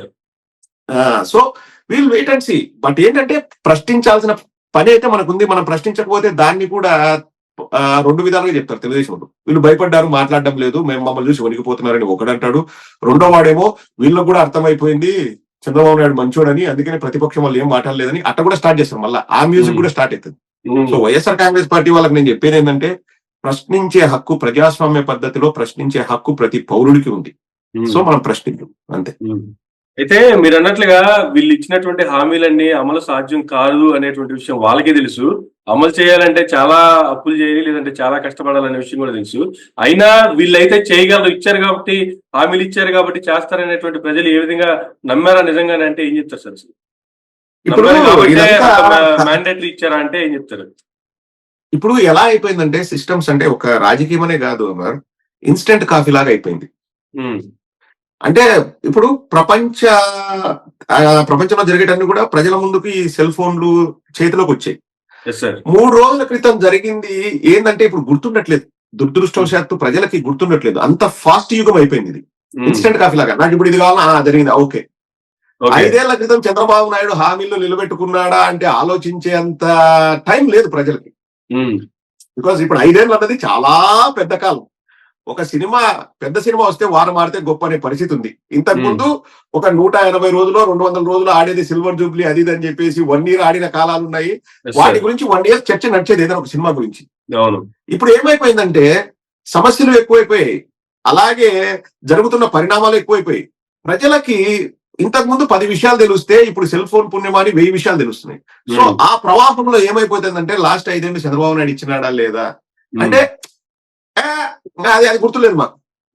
ప్లస్ రెండవది, వైఎస్ఆర్ కాంగ్రెస్ పార్టీ పరోక్షంగా చంద్రబాబు నాయుడు చేసిన మేలేందంటే మనం టైం టు టైం ఇచ్చినాం కదా, వీళ్ళు ఇచ్చినారు కదా, వీళ్ళని చూసి చంద్రబాబు నాయుడు కూడా ఇస్తాడులే, ఇప్పుడు ఇవ్వాలి కదా, తప్పదు కదా అనే భావన కూడా ప్రజల్లోకి వచ్చింది. అన్ని time to time Jaganmohan Reddy గారు ఇచ్చారు, చెప్పినటువంటి చేశారు. అండ్ అక్కడ తెలుగుదేశం వాళ్ళు ఎక్కడ సక్సీడ్ అయ్యారంటే జగన్మోహన్ రెడ్డి గారి జేబులో నుంచి ఏమన్నా ఇస్తున్నాడా, మీ డబ్బులే మీకు ఎనికి ఇస్తున్నాడు అన్నారు. సో జనాలు ఏమనుకున్నారు, ఇప్పుడు జగన్మోహన్ రెడ్డి గారు ఇచ్చారు కదా, నేను మొన్న ఎలక్షన్ అయిపోయిన తర్వాత విజయవాడ నుంచి మా ఇంటికి వెళ్తున్నాం, మా ఊరికి. సార్ ఐ థింక్ కావలి అనుకుంటా. కావలి దగ్గర ఈ సమ్మర్ సీజన్ లో అందరూ టెంట్లు వేసుకొని మామిడికాయలు అమ్ముతారు, మామిడి పళ్ళు. అవును. వరుసగా ఒక 15-20 స్టాల్స్ ఉంటాయి. నేను ఒక స్టాల్ దగ్గర ఆపి ఒక ఆవిడ వచ్చేసి బంగినపల్లి మామిడి పళ్ళు అది ఇదని తీసుకున్నాము. అడిగాను, ఎవరికి ఓటు వేసావమ్మా అంటే, నేను చంద్రబాబు నాయుడుకి వేసాను సార్ అనింది. ఎందుకు వేసారమ్మా అంటే, ఇంతకుముందు జగన్మోహన్ రెడ్డి గారికి వేసాను సార్, కానీ ఇప్పుడు అమ్మకు వందనం అన్నారు, నాకు 3 పిల్లలు 15,000 వస్తాయి, 3 గ్యాస్ సిలిండర్లు అన్నారు సార్, అవి వస్తాయి అంటే, మీకు ఎట్లమ్మా గ్యారంటీ ఇస్తారని గ్యారంటీ ఉందంటే, సార్ ఇంతకు ముందు జగన్మోహన్ రెడ్డి గారు ఇచ్చారు కదా, ఇప్పుడు తప్పనిసరి ఇస్తారు, అందులోనూ అందరు అడుగుతారు చేస్తారు కాబట్టి ఇస్తారని నమ్మాం సార్, అందుకని ఇచ్చాము, నాకు 3 పిల్లలు, నాకు హెల్ప్ అవుతుంది కదా సార్ అని. అంటే అలా మైండ్ సెట్ ఉంది ప్రజలది. సో ఇస్తాము అని వాళ్ళు ఇస్తానే చూద్దాము అని, కానీ అది అమలు కాదని నీకు నాకు మనలాంటి వాళ్ళకి తెలుసు. ఇప్పుడు ఒక దినకూలి ఉంటాడు, లేకపోతే ఒక 300 రూపాయలకు పనిచేసే వాళ్ళు ఇప్పుడు కూడా ఉన్నారు, 400 రూపాయలు ఎంత కూలి ఇస్తారు. వాళ్ళకు ఇంత ఆర్థిక ఇన్ఫర్మేషన్ అవసరం లే, ఫైనాన్షియల్ ఇన్ఫర్మేషన్ వాళ్ళకి అవసరం లే, ఎక్కడి నుంచి అప్పు తెస్తున్నారో అవసరం లే, నాకు ఇస్తారా లేదా. మనిషి ఆశాజీవి, అందులోనూ అది నాకు ఉపయోగపడుతుంది. ఇప్పుడు వాళ్ళు ఇచ్చే 15,000 నాకు పెద్ద అమౌంట్ కాదు అనుకున్నోడికి అది పెద్ద అమౌంట్ కాదు, కానీ ఆ 15,000 చాలా పెద్ద అమౌంట్ అనుకునే వాళ్ళు ఇంకా చాలా మంది ఉన్నారు మన రాష్ట్రంలో. సో వాళ్ళంతా ఇన్ఫ్లుయెన్స్ అయ్యారు. ఇంకా వాళ్ళకి చంద్రబాబు నాయుడు చేస్తాడా లేదా తెలీదు, చేయకపోతే మాత్రం వ్యతిరేకత 10 అవుద్ది. అది జరగబోయింది. వ్యవస్థకు సంబంధించి కావచ్చు, లేదంటే హామీల అమలుకి సంబంధించి కావచ్చు, పరిస్థితులు ఎలా ఉంటే, ఒక పక్క అరెస్టులు కూడా అలాగే అవుతూ ఉన్నాయి. రీసెంట్ గా పిన్నెల్లి గారి అరెస్ట్కి సంబంధించి కావచ్చు, తర్వాత దూరంపూడి చంద్రశేఖర్ రెడ్డి గారి అరెస్ట్ కూడా రంగం సిద్ధమైంది అనేటువంటి కామెంట్లు కూడా గత 2 రోజులుగా కామెంట్స్ వస్తూ ఉన్నాయి. భవిష్యత్తులో ఇంకెవరు ఈ లిస్ట్ లో ఉన్నారు అంటే ఏం చెప్తారు సార్? అది తెలుగుదేశం వాళ్ళు అడిగితే కరెక్ట్ గా చెప్తారు. మరి ఎవరి మీద ఎంత కోపం ఉందో, ఎవరిని అంటే ప్రజలు మాకు అధికారం ఇచ్చింది అరెస్టుల పర్వం కొనసాగించడానికి, కూల్చివేతల పర్వం కొనసాగించడానికి, విద్యా వ్యవస్థను నిర్వీర్యం చేయడానికి, వైద్య వ్యవస్థను అతలాకుతలం చేయడానికి వారు అనుకుంటే మనం చేసేదేం లేదు. దురదృష్టవశాత్తు వారికి ఇచ్చిన మ్యాండేట్ 5 ఏళ్ళు ఉంటుంది. బట్ ఒకటి, ప్రజలు అన్ని కూడా గమనిస్తూనే ఉంటారు. ప్రజలు ఇప్పుడు తప్పు చేసింటే ఎవరికైనా శిక్ష పడాల్సిందబ్బా, బాటం లైన్ అనేది చెప్తాను నేను. పిన్నెల్లి గారు అరెస్ట్ అయినప్పుడు ఇప్పుడు జనాల్ని ఎంత ఏమారుస్తారో చూస్తేనే ఆశ్చర్యం వేస్తుంది. అంటే మనం కూడా, అంటే మేము వైఎస్ఆర్ కాంగ్రెస్ పార్టీ వాళ్ళము ప్రజలకు ఏదైనా విషయాలు చేరవేయడంలో ఎంత వీక్ గా ఉన్నామన్నది, ఇప్పుడు నేను సోషల్ మీడియాలో ఉంటాను, నాకు చాలా ఇన్ఫర్మేషన్ వస్తుంటుంది. పిన్నెల్లి గారి అరెస్ట్ చేస్తే నేను ఈవీఎం పగలగొట్టిన దానికే అరెస్ట్ చేశారు అనుకుని నేను కూడా మెసేజ్ పెట్టాను. తప్పు ఎవరు చేసినా తప్పే. ఇప్పుడు పిన్నెల్లి గారు ఈవీఎం పగలగొట్టడం తప్పు, ఓకే, ఆ విషయంలో అరెస్ట్ చేశారంటే ఇంకా దాంట్లో ఖండించాల్సిందేం లేదు. కానీ దాని నేపథ్యం కూడా మనం చూడాలి కదా. ఎందుకు మనం రిగ్గింగ్ చేసుకుంటే, వైఎస్ఆర్ కాంగ్రెస్ పార్టీ రిగ్గింగ్ చేసుకుంటే పోయి పగలగొట్టలేదు కదా. అక్కడ పోలీసు వాళ్ళు అందరికీ చెప్పారు, ఫోన్లు చేశారు, ఎస్పీలకు ఫోన్ చేశారు, డిఐజీలకు ఫోన్ చేశారు, ఎవరు రెస్పాండ్ కాలేదు. ఆ బూత్ లో కేవలం ఒక హోంగార్డ్ ని పెట్టారంట. అంటే సీసీటీవీ ఫుటేజ్ ఉంటే, సీసీటీవీ ఫుటేజ్ అన్నది ఆ 10 గంటలో 12 గంటలో ఎలక్షన్ జరిగిన టైంలో ప్రతి సెకండ్ రికార్డ్ అయింటుంది. ఓన్లీ పిన్నెల్లి గారు లోపలికి వచ్చి బయటకు వచ్చే ఆ 2 నిమిషాలు ఎట్లా బయటకు వచ్చింది? అది కూడా 1 వీక్ తర్వాత లోకేష్ గారి ట్విట్టర్ ద్వారానే బయటకి ఎలా వచ్చింది. అంటే ఎక్కడా కూడా ఆ 2 నిమిషాల వీడియోలో కూడా పిన్నెల్లి రామకృష్ణారెడ్డి గారు ఎవరిని చేయి చేసుకోలేదు. ఇంకా వాళ్ళ తెలుగుదేశం వ్యక్తే పరిగెట్టుకుంటూ వచ్చాడు. తర్వాత అతనికి ఏదో నువ్వు చాలా తెగో చూపించావని చెప్పి చంద్రబాబు నాయుడు ఫోన్ కూడా చేసి మాట్లాడాడని మనం సోషల్ మీడియాలో చూసాం. ఆ పంచ కట్టుకుని వచ్చిన అతన్ని ఎక్కడ మన పిన్నెల్లి రామకృష్ణారెడ్డి గారు అంటే మా పార్టీ నాయకుడు ఎక్కడ ఎవరి మీద చేయి చేసుకుంది కూడా లేదు ఆ వీడియోలో. అది కూడా నేను కూడా ఏమనుకున్నాను, ఆ కేసు మీద అరెస్ట్ చేశారు అనుకున్నాను. కానీ జగన్మోహన్ రెడ్డి గారు వచ్చిన తర్వాత, అంటే ప్రెస్ మీట్ పెట్టిన తర్వాత మనకు తెలిసింది ఈవీఎం దానిపైన బెయిల్ వచ్చింది. కానీ 13వ తేదీ ఒక హత్యాయత్నం, 14వ తేదీ ఒక హత్యాయత్నం అని చెప్పేసి 10 రోజుల తర్వాత 23వ తేదీ హత్యాయత్నం కేసు పెట్టారంట ఎస్ఐ గారు. 17 నుంచి 20 తేదీ మధ్యలో ఎలక్షన్ కమిషన్ ఒక సిట్ ను పంపిస్తే స్పెషల్ ఇన్వెస్టిగేషన్ టీం వాళ్ళు గ్రామాలకు వెళ్లి ప్రతి ప్లేస్ కి వెళ్ళి ఎక్కడైతే హింసాత్మకమైన సంఘటనలు జరిగాయో వాటన్నిటిని చూసి రిపోర్ట్ తీసుకొని పంపిస్తే అక్కడ ఆ రిపోర్ట్ లో కూడా ఎక్కడ హత్యాయత్నం జరిగింది అనేది ఎవరూ చెప్పలేదు. వాళ్లకు ఎక్కడ సమాచారం లేదు, అసలు ఎవరి మీద హత్యాయత్నం జరగలేదు. కానీ అనుకోకుండా 23వ తేదీ పెట్టారంట. సరే, అది ఆ డీటెయిల్స్ అని పోలీసులు చెప్తారు, మనకు సంబంధం లేదు. సాక్షాత్ హోంమంత్రి గారిని అడిగితే ఏమన్నారంటే, అప్పుడు వాళ్ళ ప్రభుత్వం ఉంది కాబట్టి పెట్టలేదు, మా ప్రభుత్వం వచ్చిన తర్వాత మేము పెట్టాము అనేది. అది కూడా డైరెక్ట్ గా లేదు, ఎవరో పక్కన ప్రాంప్టింగ్ చేస్తున్నాడు, మగ గొంతు ప్రాంప్టింగ్ చేస్తే అవనింది. అంటే ఎంత సిల్లీగా వ్యవహారాలు నడుపుతున్నారు చూడండి. సాక్షాత్ హోంమంత్రి గారు 13వ తేదీ మన ప్రభుత్వం ఉంది, ఓకే. ఎలక్షన్ కమిషన్ నోటిఫికేషన్ ఇచ్చిన తర్వాత అన్ని వ్యవస్థలు అందరూ బ్యూరోక్రాట్స్ అందరూ కూడా ఎలక్షన్ కమిషన్ పరిధిలో పనిచేస్తారు. ఐఏఎస్లు గానీ, ఐపీఎస్లు గానీ, పోలీస్ ఆఫీసర్లు గానీ, ఎంఆర్ఓలు, డిఆర్ఓ వీళ్ళంతా ఎలక్షన్ కమిషన్ పరిధి కిందకి వస్తారు. మన పరిపాలన నామకే వాసి మన పేరు ఉంటది కానీ అంతా ఎలక్షన్ కమిషన్ పరిధిలో ఉంటది. అంటే 23వ తేదీ వాళ్ళ ప్రభుత్వం ఎక్కడొచ్చింది అంటే అప్పటికే వాళ్ళు ఫిక్స్ అయిపోయినారా ఈవీఎం ట్యాంపరింగ్ జరిగినా ఇంక ఎలాగో గెలిచేది మేమే అని. ఎలా వాళ్ళ ప్రభుత్వం అంటే ఇప్పుడు ఒకటి దీన్ని బట్టి తెలియజేస్తుందండి, మనము కక్ష తీర్చుకుందాం, మనకు అవకాశం ఉందా చేద్దాం, తర్వాత సంగతి తర్వాత. సాక్షాత్తు హోంమంత్రి గారు అట్లా మాట్లాడడం నాకైతే చాలా షాకింగ్ గా హాస్యాస్పదంగా అనిపించింది. ఇప్పుడు ఎవరో మీరు నేను మాట్లాడితే సరే మాట్లాడొచ్చని, ఒక హోంమంత్రి పొజిషన్ లో ఉన్నప్పుడు అన్ని విషయాలు కూలంకుషంగా వాళ్ళతో అధికారులతో గానీ అక్కడ ఉన్న వాళ్ళతో డిస్కస్ చేసి, పోనీ కొందరు మీడియా షై పర్సన్స్ ఉంటారు, అంటే మీడియాకి మనం మాట్లాడలేము, బిడియము, సిగ్గు అది అంటే వేరే వాళ్ళకి చెప్పండి, మాట్లాడే వాళ్ళకి చెప్పండి. అది కూడా లేదు, ఎందుకంటే ఇంతకుముందు స్పోక్స్ పర్సన్ గా ఉన్నారు, బాగా బయటకు వచ్చి మాట్లాడేవాళ్ళు. ఎవరు వంగల్పూడి అనిత గారు. సింపుల్ గా అక్కడ వాళ్ళ ప్రభుత్వం ఉంది, వాళ్ళు అరెస్ట్ చేయలేదు, మా ప్రభుత్వం వచ్చింది, మేము అరెస్ట్ చేసేవాళ్ళు. అంటే దాన్ని బట్టి దొంగతనం అనేది తెలుస్తుంది. అమర్ రేపు ద్వారంపూడి చంద్రశేఖర్ రెడ్డి గారిని అరెస్ట్ చేసినా, ఇంకొకరిని అరెస్ట్ చేసినా ఒకవేళ వాళ్ళు తప్పు చేసింటే అరెస్ట్ చేయొచ్చు. ప్రజాస్వామ్యంలో తప్పు చేయడానికి మనం అవకాశం ఇవ్వకూడదు, కానీ కక్ష తీర్చుకోవడానికి అన్నట్లు ఉంటే మాత్రం అది ప్రజాస్వామ్యానికి ప్రమాదకరం. అయితే తల్లికి వందనానికి 15,000 అని కావచ్చు, రైతు భరోసాకి 20,000 రూపాయలు అని కావచ్చు, బస్సు ఫ్రీ, 18 నిన్న ప్రతి మహిళకు 15,000, గ్యాస్ ఫ్రీ, అసలు అమలు చేయాలనే ప్రచారం చేయరనే ప్రచారం కూడా జరుగుతుంది. ఇందుకు మాట్లాడుకున్నట్లుగా ఇందులో వాస్తవం ఉందంటారా సార్? ఇక్కడ అవకాశం ఉందంటారా? పోనీ అదే నేను చెప్తున్నాను కదా, అమలు చేయరు కాదు, కరెక్ట్ పదం ఏంటంటే అమలు చేయలేరు. ఇట్స్ హైలీ ఇంపాసిబుల్ అబ్బా. ఇప్పుడు నీ దగ్గర 1000 రూపాయలు ఉంది, నువ్వే ఒక ముఖ్యమంత్రివి, దాంట్లో 800 రూపాయలు నువ్వు జీతాలకు ఇవ్వాలి, నీ దగ్గర 200 మిగిలింది, నువ్వు 3,000 రూపాయలు ఎట్లా పంచుతావు అబ్బా? ఏ విధంగా పంచుతావు నువ్వు? సింపుల్ లాజిక్, నువ్వు ఎలా పంచుతావు? నీ దగ్గర లేదు. ఇప్పుడు మళ్ళీ ఇక్కడ మనం కూడా ఒక మాట అనొచ్చు, ఒకవేళ వాళ్ళు పంచిన ఆయన చంద్రబాబు నాయుడు జేబులో నుంచి ఇవ్వలేదు కదా, ప్రజలు డబ్బే ఇస్తున్నారు. ఇంతకుముందు జగన్మోహన్ రెడ్డి గారికి 24,000 ఉద్యోగాలు ఇచ్చాం మనం, టీచర్ ఉద్యోగాలు, కానీ వాళ్ళు సాటిస్ఫై కాలేదు. కానీ ఏం జగన్మోహన్ రెడ్డి గారు జేబులో డబ్బు ఇవ్వట్లేదు కదా, అలా కూడా మనం ఆలోచించాలి కదా. ఎందుకు ఇవ్వలేకపోయారు అంటే, ఒక్కసారి ఎవరికైనా గవర్నమెంట్ జాబ్ ఇస్తే వాళ్ళకు ఒక 40 ఏళ్ళలో 35 ఏళ్ళలో కెరియర్ ఉంటుంది. ఒక 25 ఏళ్ల కుర్రాడికి ఇస్తే ఒక 35 ఏళ్ల కెరియర్ ఉంటుంది. 35 ఏళ్ళు అతనికి జీతం ఇవ్వాలి, అది గవర్నమెంట్ మీద బర్డన్. మన దగ్గర ఎంత ఆదాయం ఉంది, మన దగ్గర ఎంత అంటే మిగులు డబ్బు ఉంది, దాన్ని బట్టి మనం అన్నిటికీ సర్దుతాం. ఇప్పుడు చంద్రబాబు నాయుడు దగ్గర 50 లక్షల కోట్లు ఎవరైనా ఇస్తే అమ్మకు వందనం ఇది కాదు, పరింతలు ఇస్తాడు. డబ్బులు ఎక్కడ ఉన్నాయి? లేవు కదా. మెయిన్ ప్రాబ్లం అది. నిన్న మోదీ గారికి 1,00,000 కోట్లు అడిగారని చెప్పేసి ఎక్కడో చూసా. ఇప్పుడు మోదీ గారిని అడిగారంట, 1,00,000 కోట్లలో మోదీ గారు 1000 కోట్లు కూడా ఇవ్వరు. ఎందుకంటే మోడీ గారి ప్రాబ్లమ్స్ ఉంటాయి. ఇప్పుడు ఆంధ్రప్రదేశ్ కు 1,00,000 కోట్లు ఇస్తే బీహార్ నితీష్ కుమార్ కారెక్కి కూర్చుంటాడు. ప్రత్యేక హోదాతో పాటు 4 నగరాల్లో మెట్రో రైళ్ల కోసం 15,000 కోట్లు అడిగారంట. అవును.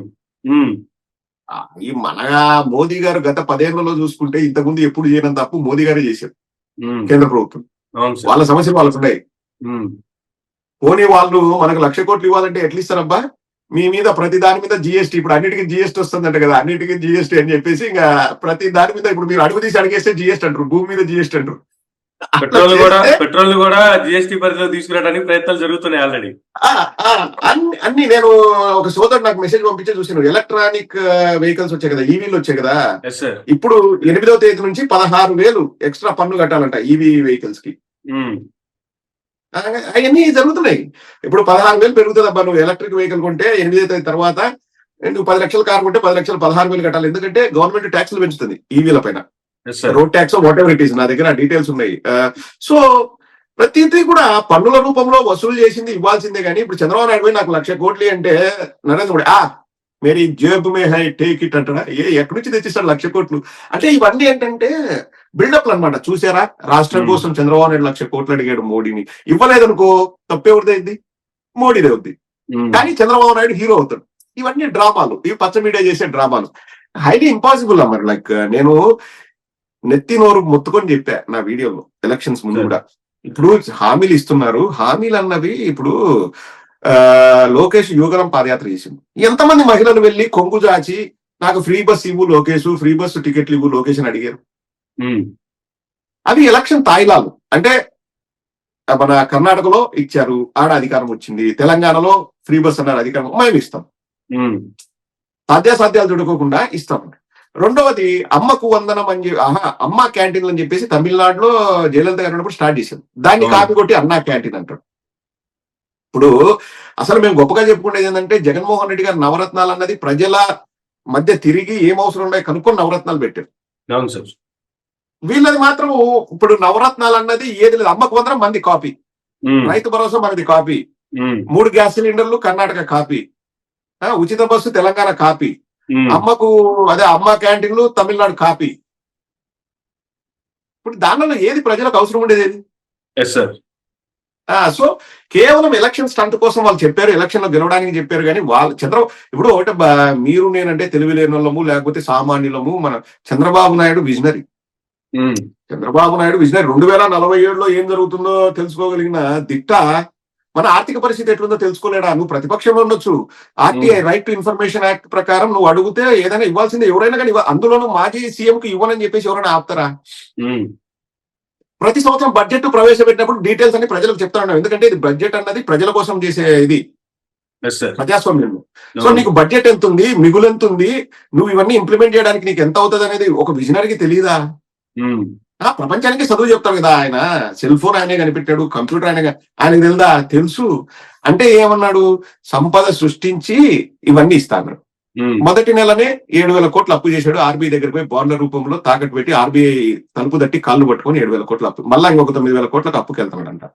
ఫస్ట్ 3 నెలల్లోనే 17,000 కోట్లు అప్పు చేయాలంటది ప్లాన్ అంట. ఇప్పుడు ఎవరికైనా ఒక కొత్త సంస్థ వచ్చిందనుకో, చంద్రబాబు నాయుడు చూసి ఒక 10 లక్షల కోట్ల పెట్టుబడులు వచ్చాయనుకోండి, ఇప్పుడే అవన్నీ కార్యరూపం దాల్చాలంటే అవన్నీ ఫినిష్ అయ్యి ఎన్వైరన్మెంటల్ క్లియరెన్స్లు, ఫారెస్ట్ క్లియరెన్స్లు, లేకపోతే ఇది ల్యాండ్ క్లియరెన్స్లు, 1.25 లక్ష క్లియరెన్స్లు ఉంటాయి. అవన్నీ అయ్యి భూమి పూజ జరిగి అది స్టార్ట్ అయ్యి అది ఫినిష్ అయిన తర్వాత ఫినిష్ అయితే కూడా మనకు డబ్బులు రావు. అంతే కదా, వాడు ట్యాక్స్ కట్టాలా. ట్యాక్స్ కడితేనే కదా వచ్చేది. అదంతా అవ్వాలంటే కనీసం 5-6 సంవత్సరాలు అవుతుంది. పోనీ వాడు లాస్ను చూపిస్తే కంపెనీ వాడు లాస్ను చూపించచ్చు. ఆడిటర్లు బాగా తెలివైన వాళ్ళు ఏం చేస్తారు?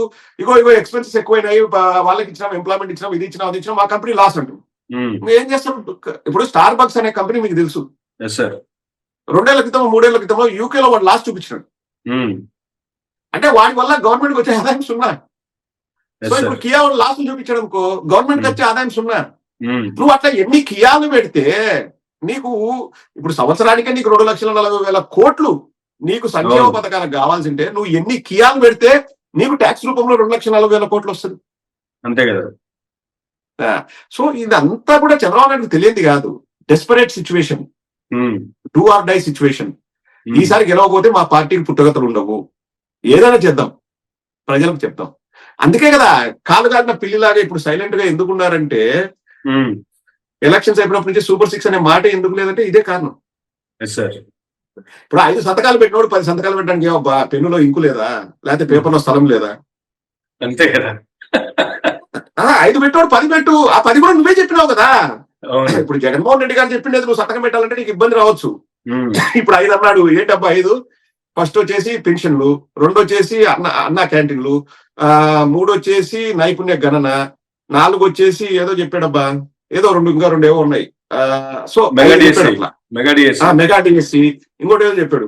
అట్లా చెప్పినప్పుడు ఇంకా మిగతా 5 కూడా అమ్మకు వందనం, బస్సులు, సిలిండర్లు, రైతు భరోసా, 18 ఏళ్ళు దాటిన వాళ్ళకి 1,500, 50 ఏళ్ళు దాటిన ప్రతి బీసీకి పెన్షన్ 50 ఏళ్ళు, అవన్నీ కూడా సంతకాలు పెట్టాము. గీకడమే కదా, ఏముంది దాంట్లో? అంతే కదా. ఇప్పుడు 50 ఏళ్ళు దాటిన వాళ్ళు బీసీలు ఎంతమంది అని కనుక్కోవడం 1 వారం సరిపోతా టైం అమ్మా? 10 రోజులు సరిపోతా? అంతే. దానికి ఎందుకు టైము, దానికి ఎందుకు వెయిట్ చేయాలా? నాకు అర్థం కాదు అదే. అందులోనూ మామూలు వాళ్ళకైతే 10 రోజులు పడుతుందేమో, విజనరీకి 10 గంటలు చాలు. ఆయన విజనరీ అబ్బా, ఆయన అంత సృష్టించి అంటే మైండ్ లోనే మొత్తం విజనరీ. ఎందుకు చేయట్లేదు? డబ్బులు ఉంటాయి కదా. మళ్ళీ ఇంకొక మాట కూడా అంటున్నారు, ఖజానాలో డబ్బులు లేవని. చంద్రబాబు నాయుడు దిగిపోయినప్పుడు 2019లో ఖజానాలో కేవలం 100 కోట్లు ఉంటే, జగన్మోహన్ రెడ్డి గారు దిగిపోయిన నాటికి ఖజానాలో 5,000 కోట్లు డబ్బు ఉంది. అవును. On record. ఎవరైనా ఆర్టీఐ ప్రకారం అడిగినా కానీ డీటెయిల్స్ చెప్తారు. 5,000 కోట్లు ఖజానాలో డబ్బు ఉంది. Yes sir. అన్ని కూడా పెండింగ్ బిల్లులు లేవు, అన్ని ఇచ్చేసిపోయారు జగన్మోహన్ రెడ్డి గారు. అప్పుడు చంద్రబాబు నాయుడు ప్రతి సోమవారం పోలవరం అని జయము జయము చంద్రన్న పాట పాడుకుంటూ పోలవరానికి పోయి ఆ బస్సులన్నీ పెట్టి తిప్పేవాడు. ఆ ఆర్టీసీకి 80 కోట్ల బకాయిలు పెట్టిపోయాడు చంద్రబాబు నాయుడు అధికారం దిగిపోయేటప్పటికి. ఇప్పుడు అట్లా ఏ దానికి బకాయిలు లేవు, అన్నిటికీ ఇచ్చారు జగన్మోహన్ రెడ్డి గారు. ఇంకా ఇప్పుడేం మనది సర్ప్లస్ ఉంటే మనం అప్పు చేయం. చంద్రబాబు నాయుడు హయాంలో అప్పు జరిగింది, జగన్మోహన్ రెడ్డి గారి హయాంలో అప్పు జరిగింది. ఓపెన్ గా మాట్లాడుకుందాం. మన దగ్గర సర్ప్లస్ డబ్బు ఉంటే మనం అప్పు ఎందుకు చేస్తాం? అంతేగా. కాబట్టి చంద్రబాబు నాయుడు తెలియక మన దగ్గర సర్ప్లస్ డబ్బు లేదు, మనం అప్పుల్లో ఉన్నామని. ఇంకా అప్పుల్లో ఉన్నవాడివి ఇంతకుముందు ఏమన్నారు, శ్రీలంక అవుతుంది పథకాలు టైంకి ఇస్తుంటే. ఇంక ఇప్పుడు శ్రీలంక అవడం కాదు, శ్రీలంక దగ్గరికి బొచ్చ తీసుకెళ్లి శ్రీలంకను అడుక్కోవాలా. అయ్యా నీ దగ్గర ఉంటుంది మాకు ఇవ్వయ్యా, నీ దగ్గర ఏదైనా మిగిలితే ఆకుల్లాకే వాడి దగ్గర పోయి మూతులు నాకడం అన్నట్టు ఆట అయిపోద్ది ఇప్పుడు మన పరిస్థితి. అన్ని ఇస్తే చంద్రబాబు నాయుడు అన్ని తెలుసు, కానీ ప్రజల్ని మభ్యపెట్టడం ఇంకా బాగా తెలుసు. అదే జరిగింది. అయితే అధికారమే పరమావధిగా ఏ రకంగా సరే అధికారంలోకి రావాలని చెప్పి కూటమి ఫామ్ అయ్యి మరలా బీజేపీతోనూ జనసేనతోనూ పొత్తుగా ముందుకెళ్లి అధికారంలోకి వచ్చారు. కానీ చాలా రకరకాల మాటలు వినిపిస్తున్నాయి సార్. కేంద్రంలో ఎక్కువ రోజులు మోడీ గారి ప్రభుత్వం నిలబడే అవకాశం లేదు, రాష్ట్రంలో ఎక్కువ రోజులు ఈ కూటమి కొనసాగే పరిస్థితి లేదనేటువంటి కామెంట్లు చాలా వస్తున్నాయి. దానికి నిదర్శనం కూడా రీసెంట్ గా జరుగుతున్నటువంటి కొన్ని పనులు. పవన్ కళ్యాణ్ గారు ఒక బహిరంగ లేఖ చంద్రబాబు నాయుడు గారికి రాయటం, వాళ్ళకి సంబంధించినటువంటి 2 ఎమ్మెల్యేలకి విప్పులుగా వీళ్ళని పరిగణించాలని చెప్పి ఒక బహిరంగ లేఖ రాయటం, అది కూడా మీడియా ముఖంగా దాన్ని రిలీజ్ చేయటం. లేదు, అన్నా క్యాంటీన్లు అనేటువంటి పెడుతున్నారు, అన్నా క్యాంటీన్లకి ఆపోజిట్ గా జనసేనకి సంబంధించి కావచ్చు, వీళ్ళు డొక్కా సీతమ్మ గారి క్యాంటీన్లు అని చెప్పి వీళ్ళు కొన్ని క్యాంటీన్లు ఓపెన్ చేయటం. ఎట్లా చూడాలంటే ఆల్రెడీ వీళ్ళ మధ్యలో డిఫరెన్సెస్ స్టార్ట్ అయినాయి అంటారా? ఒకవేళ విప్పుల గురించి కావాలి అంటే చంద్రబాబు నాయుడు గారిని అడిగి 2 విప్పులు వేయించుకోవడం పవన్ కళ్యాణ్ గారికి పెద్ద పనేం కాదు కదా. కూటమిలో భాగంగా వాళ్ళిద్దరూ ఒక అండర్స్టాండింగ్ ముందుకెళ్తున్నప్పుడు ఇట్లా ఒక బహిరంగ లేఖ రాసి దాన్ని మీడియా ముఖంగా రిలీజ్ చేసి ఈ విధంగా చేయడం వల్ల మధ్యలో డిఫరెన్సెస్ ఆల్రెడీ స్టార్ట్ అయినాయి అనుకోవాలా? దీన్ని ఎట్లా చూడాలి సార్ అసలు? నేను ఆ విప్పు గురించి మీరు చెప్తుంటే విన్నాను, నాకు తెలియదు. I look into it. But see Amar, these are all hypothetical questions. అంటే ఇది జరగచ్చా జరగలేదని ఊహాజనితమైన ప్రశ్నలు, వాటికి సమాధానాలు కూడా ఊహాజనితంగానే ఉంటాయి. బట్ రాజకీయాన్ని మనం చూస్తే, బేరీజు వేస్తే రాజకీయాలు ఎలా ఉండేటువంటి, ఇంతకుముందు విలువలు విశ్వసనీయత కూడిన రాజకీయాలు ఉండేవి. అంటే ప్రతి పార్టీకి ఎథిక్స్ అండ్ ప్రిన్సిపల్స్ అనేటివి ఉండేవి. సో అప్పుడేంటి, ప్రిన్సిపల్ సెంట్రిక్ పాలిటిక్స్ అనేటివి ఉండేవి. అంటే మాకు ఈ ప్రిన్సిపల్స్ ఉన్నాయి. ఇప్పుడు లెఫ్ట్ వింగ్, రైట్ వింగ్, ఆ వింగ్, ఈ వింగ్ అంటారు కదా. సో ఆ లెఫ్ట్ వింగ్, రైట్ వింగ్ అనేది ఫ్రాన్స్ లో స్టార్ట్ అయిందండి ఫస్ట్. సో వాళ్ళు ఏమంటారు, కమ్యూనిస్టులు మేము లెఫ్ట్ వింగ్ అంటారు. సో ఈ భావజాలాలతో రాజకీయ పార్టీలు నడిచేటివి. సో ఇప్పుడు నేను ఆ భావజాలానికి ఆకర్షితుడినై నేనేం చేసేవాడిని, అబ్బా నాకు దున్నేవాడితే భూమన్న కమ్యూనిస్ట్ ఇష్టం అంటే కమ్యూనిస్ట్ ఉండేవాడిని. లేదు రాజకీయాలు ఇట్లే ఉండాలా అంటే బీజేపీతో ఉండేవాడిని.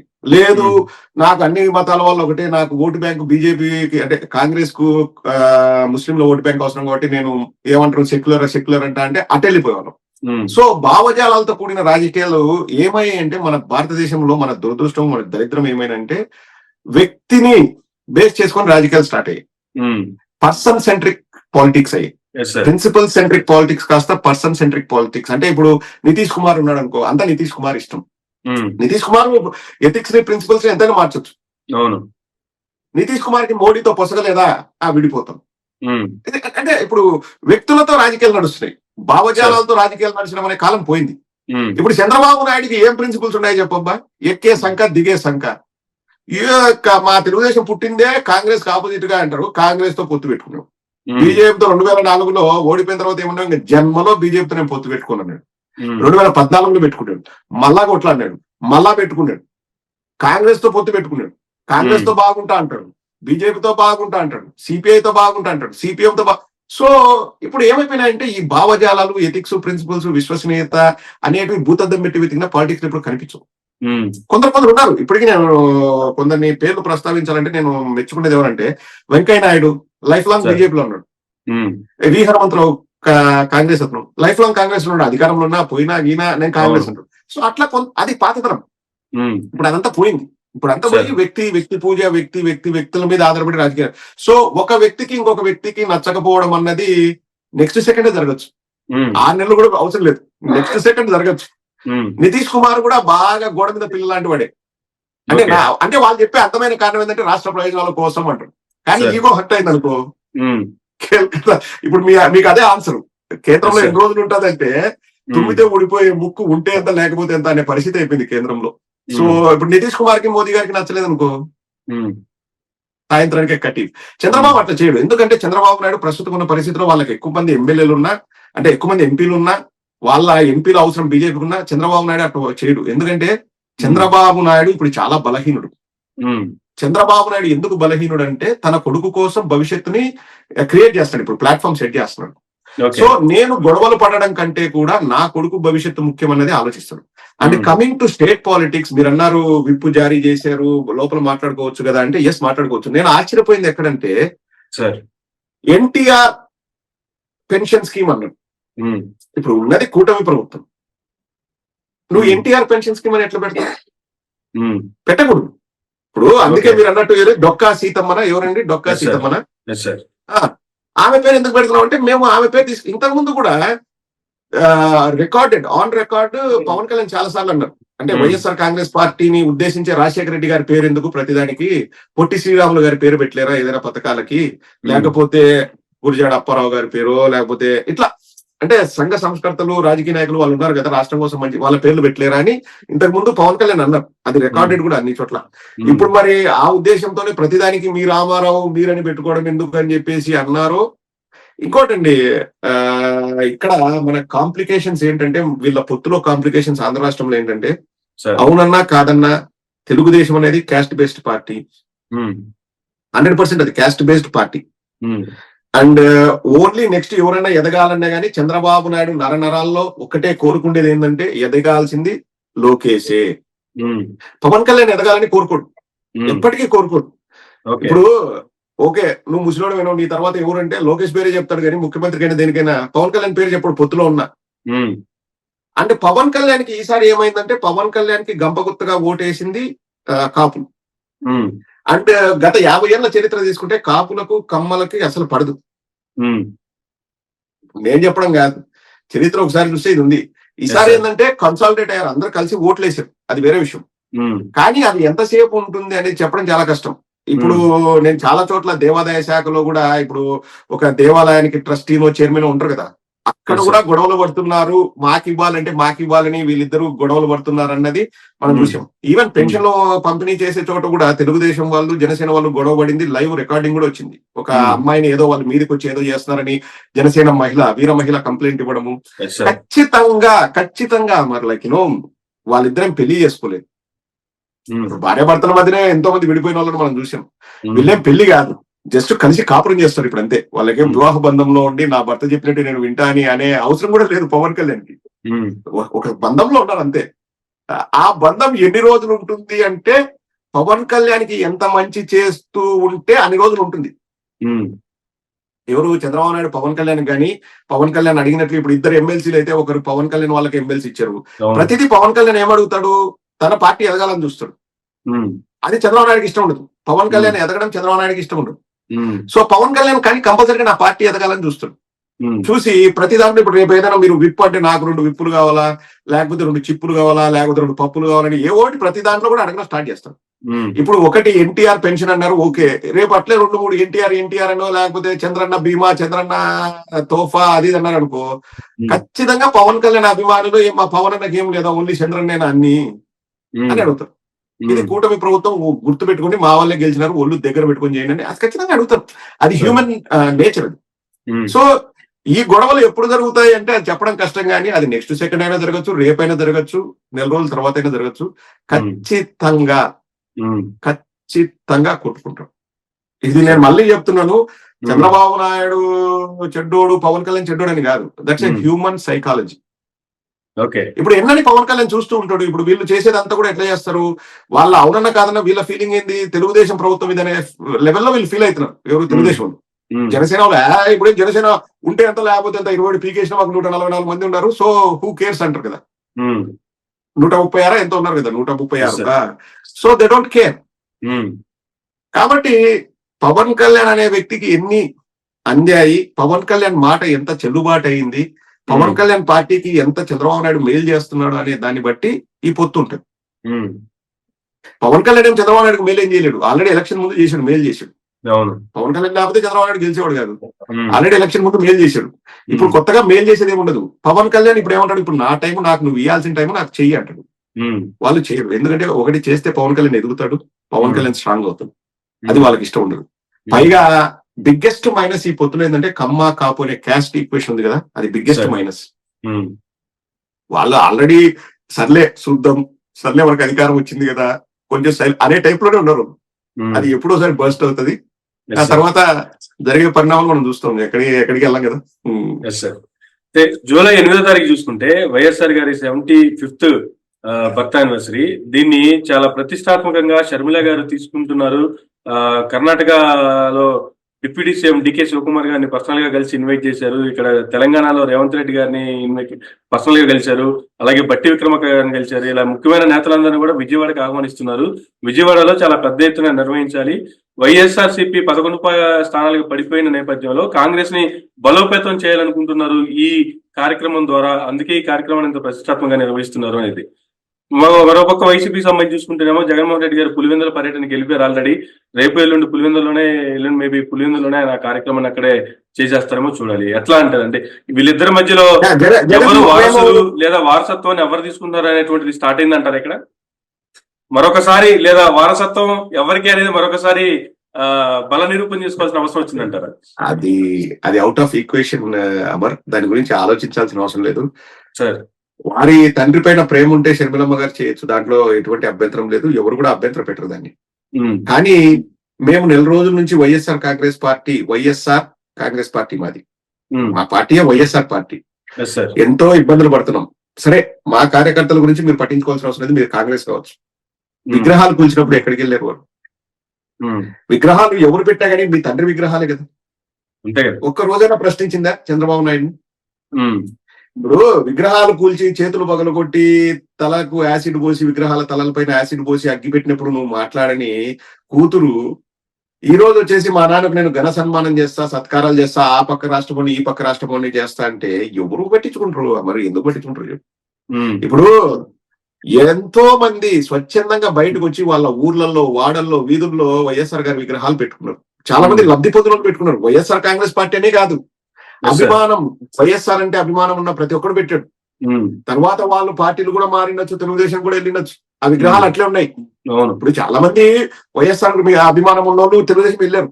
వాళ్ళందరూ కూడా విగ్రహాలు పెట్టారు. వాళ్ళు కూడా ఎప్పుడు కూల్చలేదు విగ్రహాన్ని, వాళ్ళు కూడా కూల్చలేదు. ఇప్పుడు సపోజ్ నేను ఒక విగ్రహం పెట్టి నేను తెలుగుదేశం వెళ్తే నేనేం కూల్చలేదు. ఆ విగ్రహం అట్లే ఉంది. ఎందుకంటే వైఎస్ఆర్ గారి మీద అభిమానం, అది పాలిటిక్స్ కు సంబంధం లేదు. మరి సొంత కూతురు అయి ఉన్న నువ్వు ఇన్ని విగ్రహాలను దగ్ధం చేసి ఇంత చేస్తుంటే కనీసం చంద్రబాబు నాయుడు దగ్గరికి వెళ్ళి నువ్వు మాట్లాడేవా? ఒక విగ్రహం దగ్గరికి వెళ్ళి బైఠాయించావా? ఇది చేయడం తప్పని నువ్వు అడిగావా? పోనీ నువ్వు చంద్రబాబుతో పొత్తులో ఉంటే అడగలేదు అనుకోవచ్చు. నువ్వు చంద్రబాబు నాయుడుతో పొత్తులో లేవు కదా.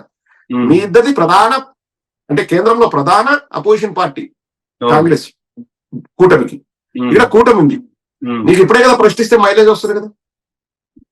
ఎక్కడో మాట్లాడతారబ్బా. ఏదో మణిపూర్ లో ఘటన జరిగినప్పుడు జగన్మోహన్ రెడ్డి గారు ఎందుకు మాట్లాడలేదు, అస్సాంలో జరిగినప్పుడు జగన్మోహన్ రెడ్డి గారు ఎందుకు మాట్లాడలేదు మాట్లాడే షర్మిలమ్మ గారు సొంత తండ్రి కడప జిల్లాలో ఊదర కొట్టింది. ఒక నిమిషం మీటింగ్ చెప్తే మీ రాజన్న బిడ్డ, మీ రాజన్న బిడ్డ, మీ రాజన్న బిడ్డ, మీ రాజన్న బిడ్డ అని ఊదర కొట్టి మాటకు ముందు ఒక రాజన్న బిడ్డ, మాటకు తర్వాత ఒక రాజన్న బిడ్డ. ఇప్పుడు ఆ రాజన్న బిడ్డ ఎక్కడ పోయిందని మేము అడుగుతున్నాం. రాజన్న అభిమానులుగా ఎన్ని విగ్రహాలు సందర్శించావు?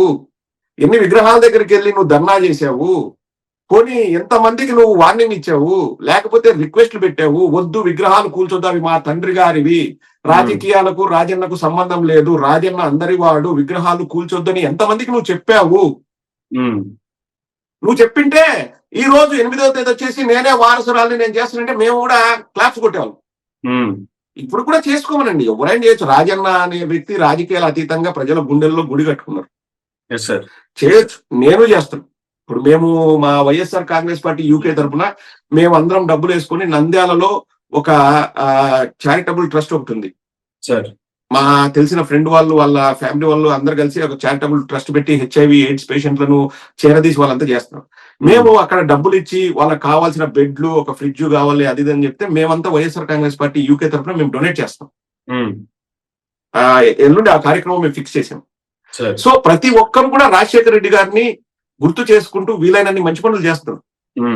USA లో ఈవెంట్లు పెడుతున్నారు. అట్లా అంటే ఎక్కడ పడితే అక్కడ రాజశేఖర రెడ్డి గారు అన్న వారు రాజకీయాలకు అతీతం. సార్. ప్రతి ఒక్క ఆంధ్ర పౌరుడు కూడా సిగ్గుపడాల్సిన పని అంటే రాజశేఖర రెడ్డి గారి విగ్రహాలను తల తీసేయడం అది.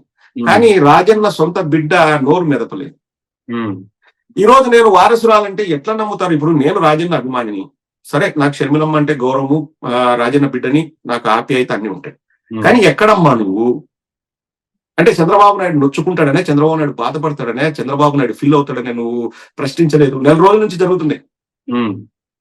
ఈ రోజు వచ్చేసి బట్టి విక్రమార్కనో, డికే శివకుమార్నో, లేకపోతే సోనియా గాంధీనే డైరెక్ట్ గా తీసుకొచ్చి నువ్వు చేసిన ఎవరు విశ్వసించరు, నీ మాటలు ఎవరు విశ్వసించరు. పైగా ఆమె కాంగ్రెస్ నాయకుల్ని తెలంగాణలో ఉన్నప్పుడు బండబూతులు తిట్టింది. మా నాయన పేరు ఎఫ్ఐఆర్ లో చేర్చారని చెప్పేసి, మా నాన్న ఇప్పుడు బతికుంటే తుప్పుకని కూసేవాడు అని. ఇప్పుడు వచ్చేసి లేదు నేనే వారసురాలని అంటే, మరి 10 ఏళ్ళ నుంచి కష్టపడి పనిచేసి వైఎస్ఆర్ పేరుని భుజానికి ఎత్తుకొని మోసిన వాళ్ళంతా అడిగిపోదు. సో ఇవన్నీ కూడా ఇప్పటికైనా నేను షర్మిలమ్మ గారిని మైరా టీవీ ద్వారా నేను కోరేది ఒకటి, ఒకవేళ ఈ వీడియో చూస్తే ఇప్పటికైనా మీరు చంద్రబాబు కబంధ హస్తాల నుంచి బయటికి రండి. చంద్రబాబు నీడను మీరు సేద తీరవద్దు. చంద్రబాబు ముసుగులో మీరు ఇవన్నీ చెయ్యకండి. బయటికి రండి, దయచేసి బయటికి రండి. మీకు మీ తండ్రి గారి పైన నిజంగా ప్రేమ ఉంటే ఎక్కడైతే కూల్చారో, ఎక్కడైతే తలలు తీశారో విగ్రహాలకి, ఎక్కడైతే చేతులు పగలగొట్టారో వాటి దగ్గరికి వెళ్ళి ధర్నా చేయండి. ఒక్కొక్క గంట సేపు కూర్చోండి. మా తండ్రికి జరిగిన అవమానానికి బాధపడండి. జనాలు నమ్ముతారు. మీకు అవసరం ఉన్నప్పుడు రాజన్న బిడ్డ రాజన్న బిడ్డ రాజన్న బిడ్డ అని 4 రోజులైందండి. రాజన్న బిడ్డ ఎక్కడుంది? ఆ సునీతమ్మ వచ్చేసి మా నాన్న అనిందంటే 13 మే 12వ తేదీ 5 గంటలకి క్యాంపెయినింగ్ ముగిసింది కదా. అప్పుడు మళ్ళా 12వ తేదీ మే 12వ తేదీ 5 గంటల తర్వాత వివేకానంద రెడ్డి గారు పుట్టారు. మళ్ళీ ఇప్పుడు దాదాపు 2 నెలలు అడ్రస్ లేదు. వివేకానంద రెడ్డి అనే పేరు ఆమె నోటి నుంచి బయటకు వచ్చిందా? పవర్ పాయింట్ ప్రజెంటేషన్లు అవి చేసి ఇవి చేసి, అంటే మీ నాయన సాగు రాజకీయాలు పడుతున్నావా? అంటే ఆ తర్వాత న్యాయం జరిగిందా? నేను అడిగేది ఒకటే, వాళ్ళ నాయన న్యాయం జరిగిందా? వాళ్ళ నాయన బతికి బయటకు వచ్చాడు, వాళ్ళ నాయన ఆత్మకు శాంతి కలిగిందా? కంటిన్యూటీ ఉండాలి కదా దానికి కూడా. సరే పోనీ నేను అవినాష్ రెడ్డి గారిని ఓడించడానికి వచ్చిన అనుకుందాం. అవినాష్ రెడ్డి గారు నా టార్గెట్, ఎందుకంటే నేను నమ్ముతున్న అవినాష్ రెడ్డి గారు చంపారని సునీత గారు అనుకోవచ్చు, ఎవరైనా ఏదైనా అనుకోవచ్చు. కానీ అవినాష్ రెడ్డి గారు గెలిచారు కదా 4వ తేదీ. మళ్ళా నెక్స్ట్ 2029 వరకు అతని ఓటమి కోసం నువ్వు పనిచేయాలి కదా.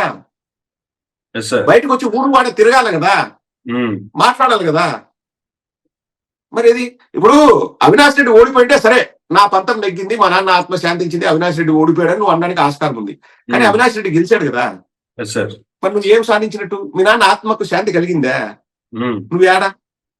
ఇవన్నీ నేను ఎందుకు చెప్తున్నానంటే అండి, ప్రతిదీ చంద్రబాబు నాయుడు డైరెక్షన్ లో షర్మిలమ్మ గాని సునీతమ్మ గాని వీళ్ళు నడుచుకున్నారు. సపోర్ట్ అక్కడి నుంచి వచ్చింది. అది చాలా దురదృష్టకరం. ఈ రోజు వచ్చేసి మా నాన్న బర్త్డేని గ్రాండ్ గా చేస్తా అంటే, మరి గత 10 ఏళ్ల నుంచి మీ నాన్న గుర్తులేడా నీకు? మేము చేస్తున్నాం అండి. నేను ఇక్కడ కమిటీ ఫామ్ చేసినప్పటి నుంచి మా టీం అంతా ఇక్కడ 2014 నుంచి ఎలక్షన్ ఓడిపోయిన ఇయర్, అంతకుముందు కూడా చేసేవాళ్ళము, ఎవరికి వాళ్ళు ఇండివిజువల్ చేసాము. అప్పుడు 2014 మాకు కమిటీ ఫామ్ అయింది. ఇప్పటి వరకు 10 ఏళ్ల నుంచి మేము ప్రతి సంవత్సరం రాజశేఖర రెడ్డి గారి బర్త్డే మేము ఏదో ఒక రూపంలో చేస్తున్నాము. రాజశేఖర రెడ్డి గారిని గుర్తు పెట్టుకున్నాము, జగన్మోహన్ రెడ్డి గారి బర్త్డే చేస్తున్నాము, అన్ని కూడా చేస్తున్నాం. షర్మిలమ్మ గారికి కూడా ఇంతకుముందు నేను కూడా ఎన్నోసార్లు బర్త్డే విషెస్ ట్విట్టర్ లో కానీ ఫేస్బుక్ లో కానీ పెట్టాము. సో మేము చేస్తూనే ఉన్నాం. మీరు ఎక్కడికి వెళ్ళారు 10 ఏళ్ల నుంచి?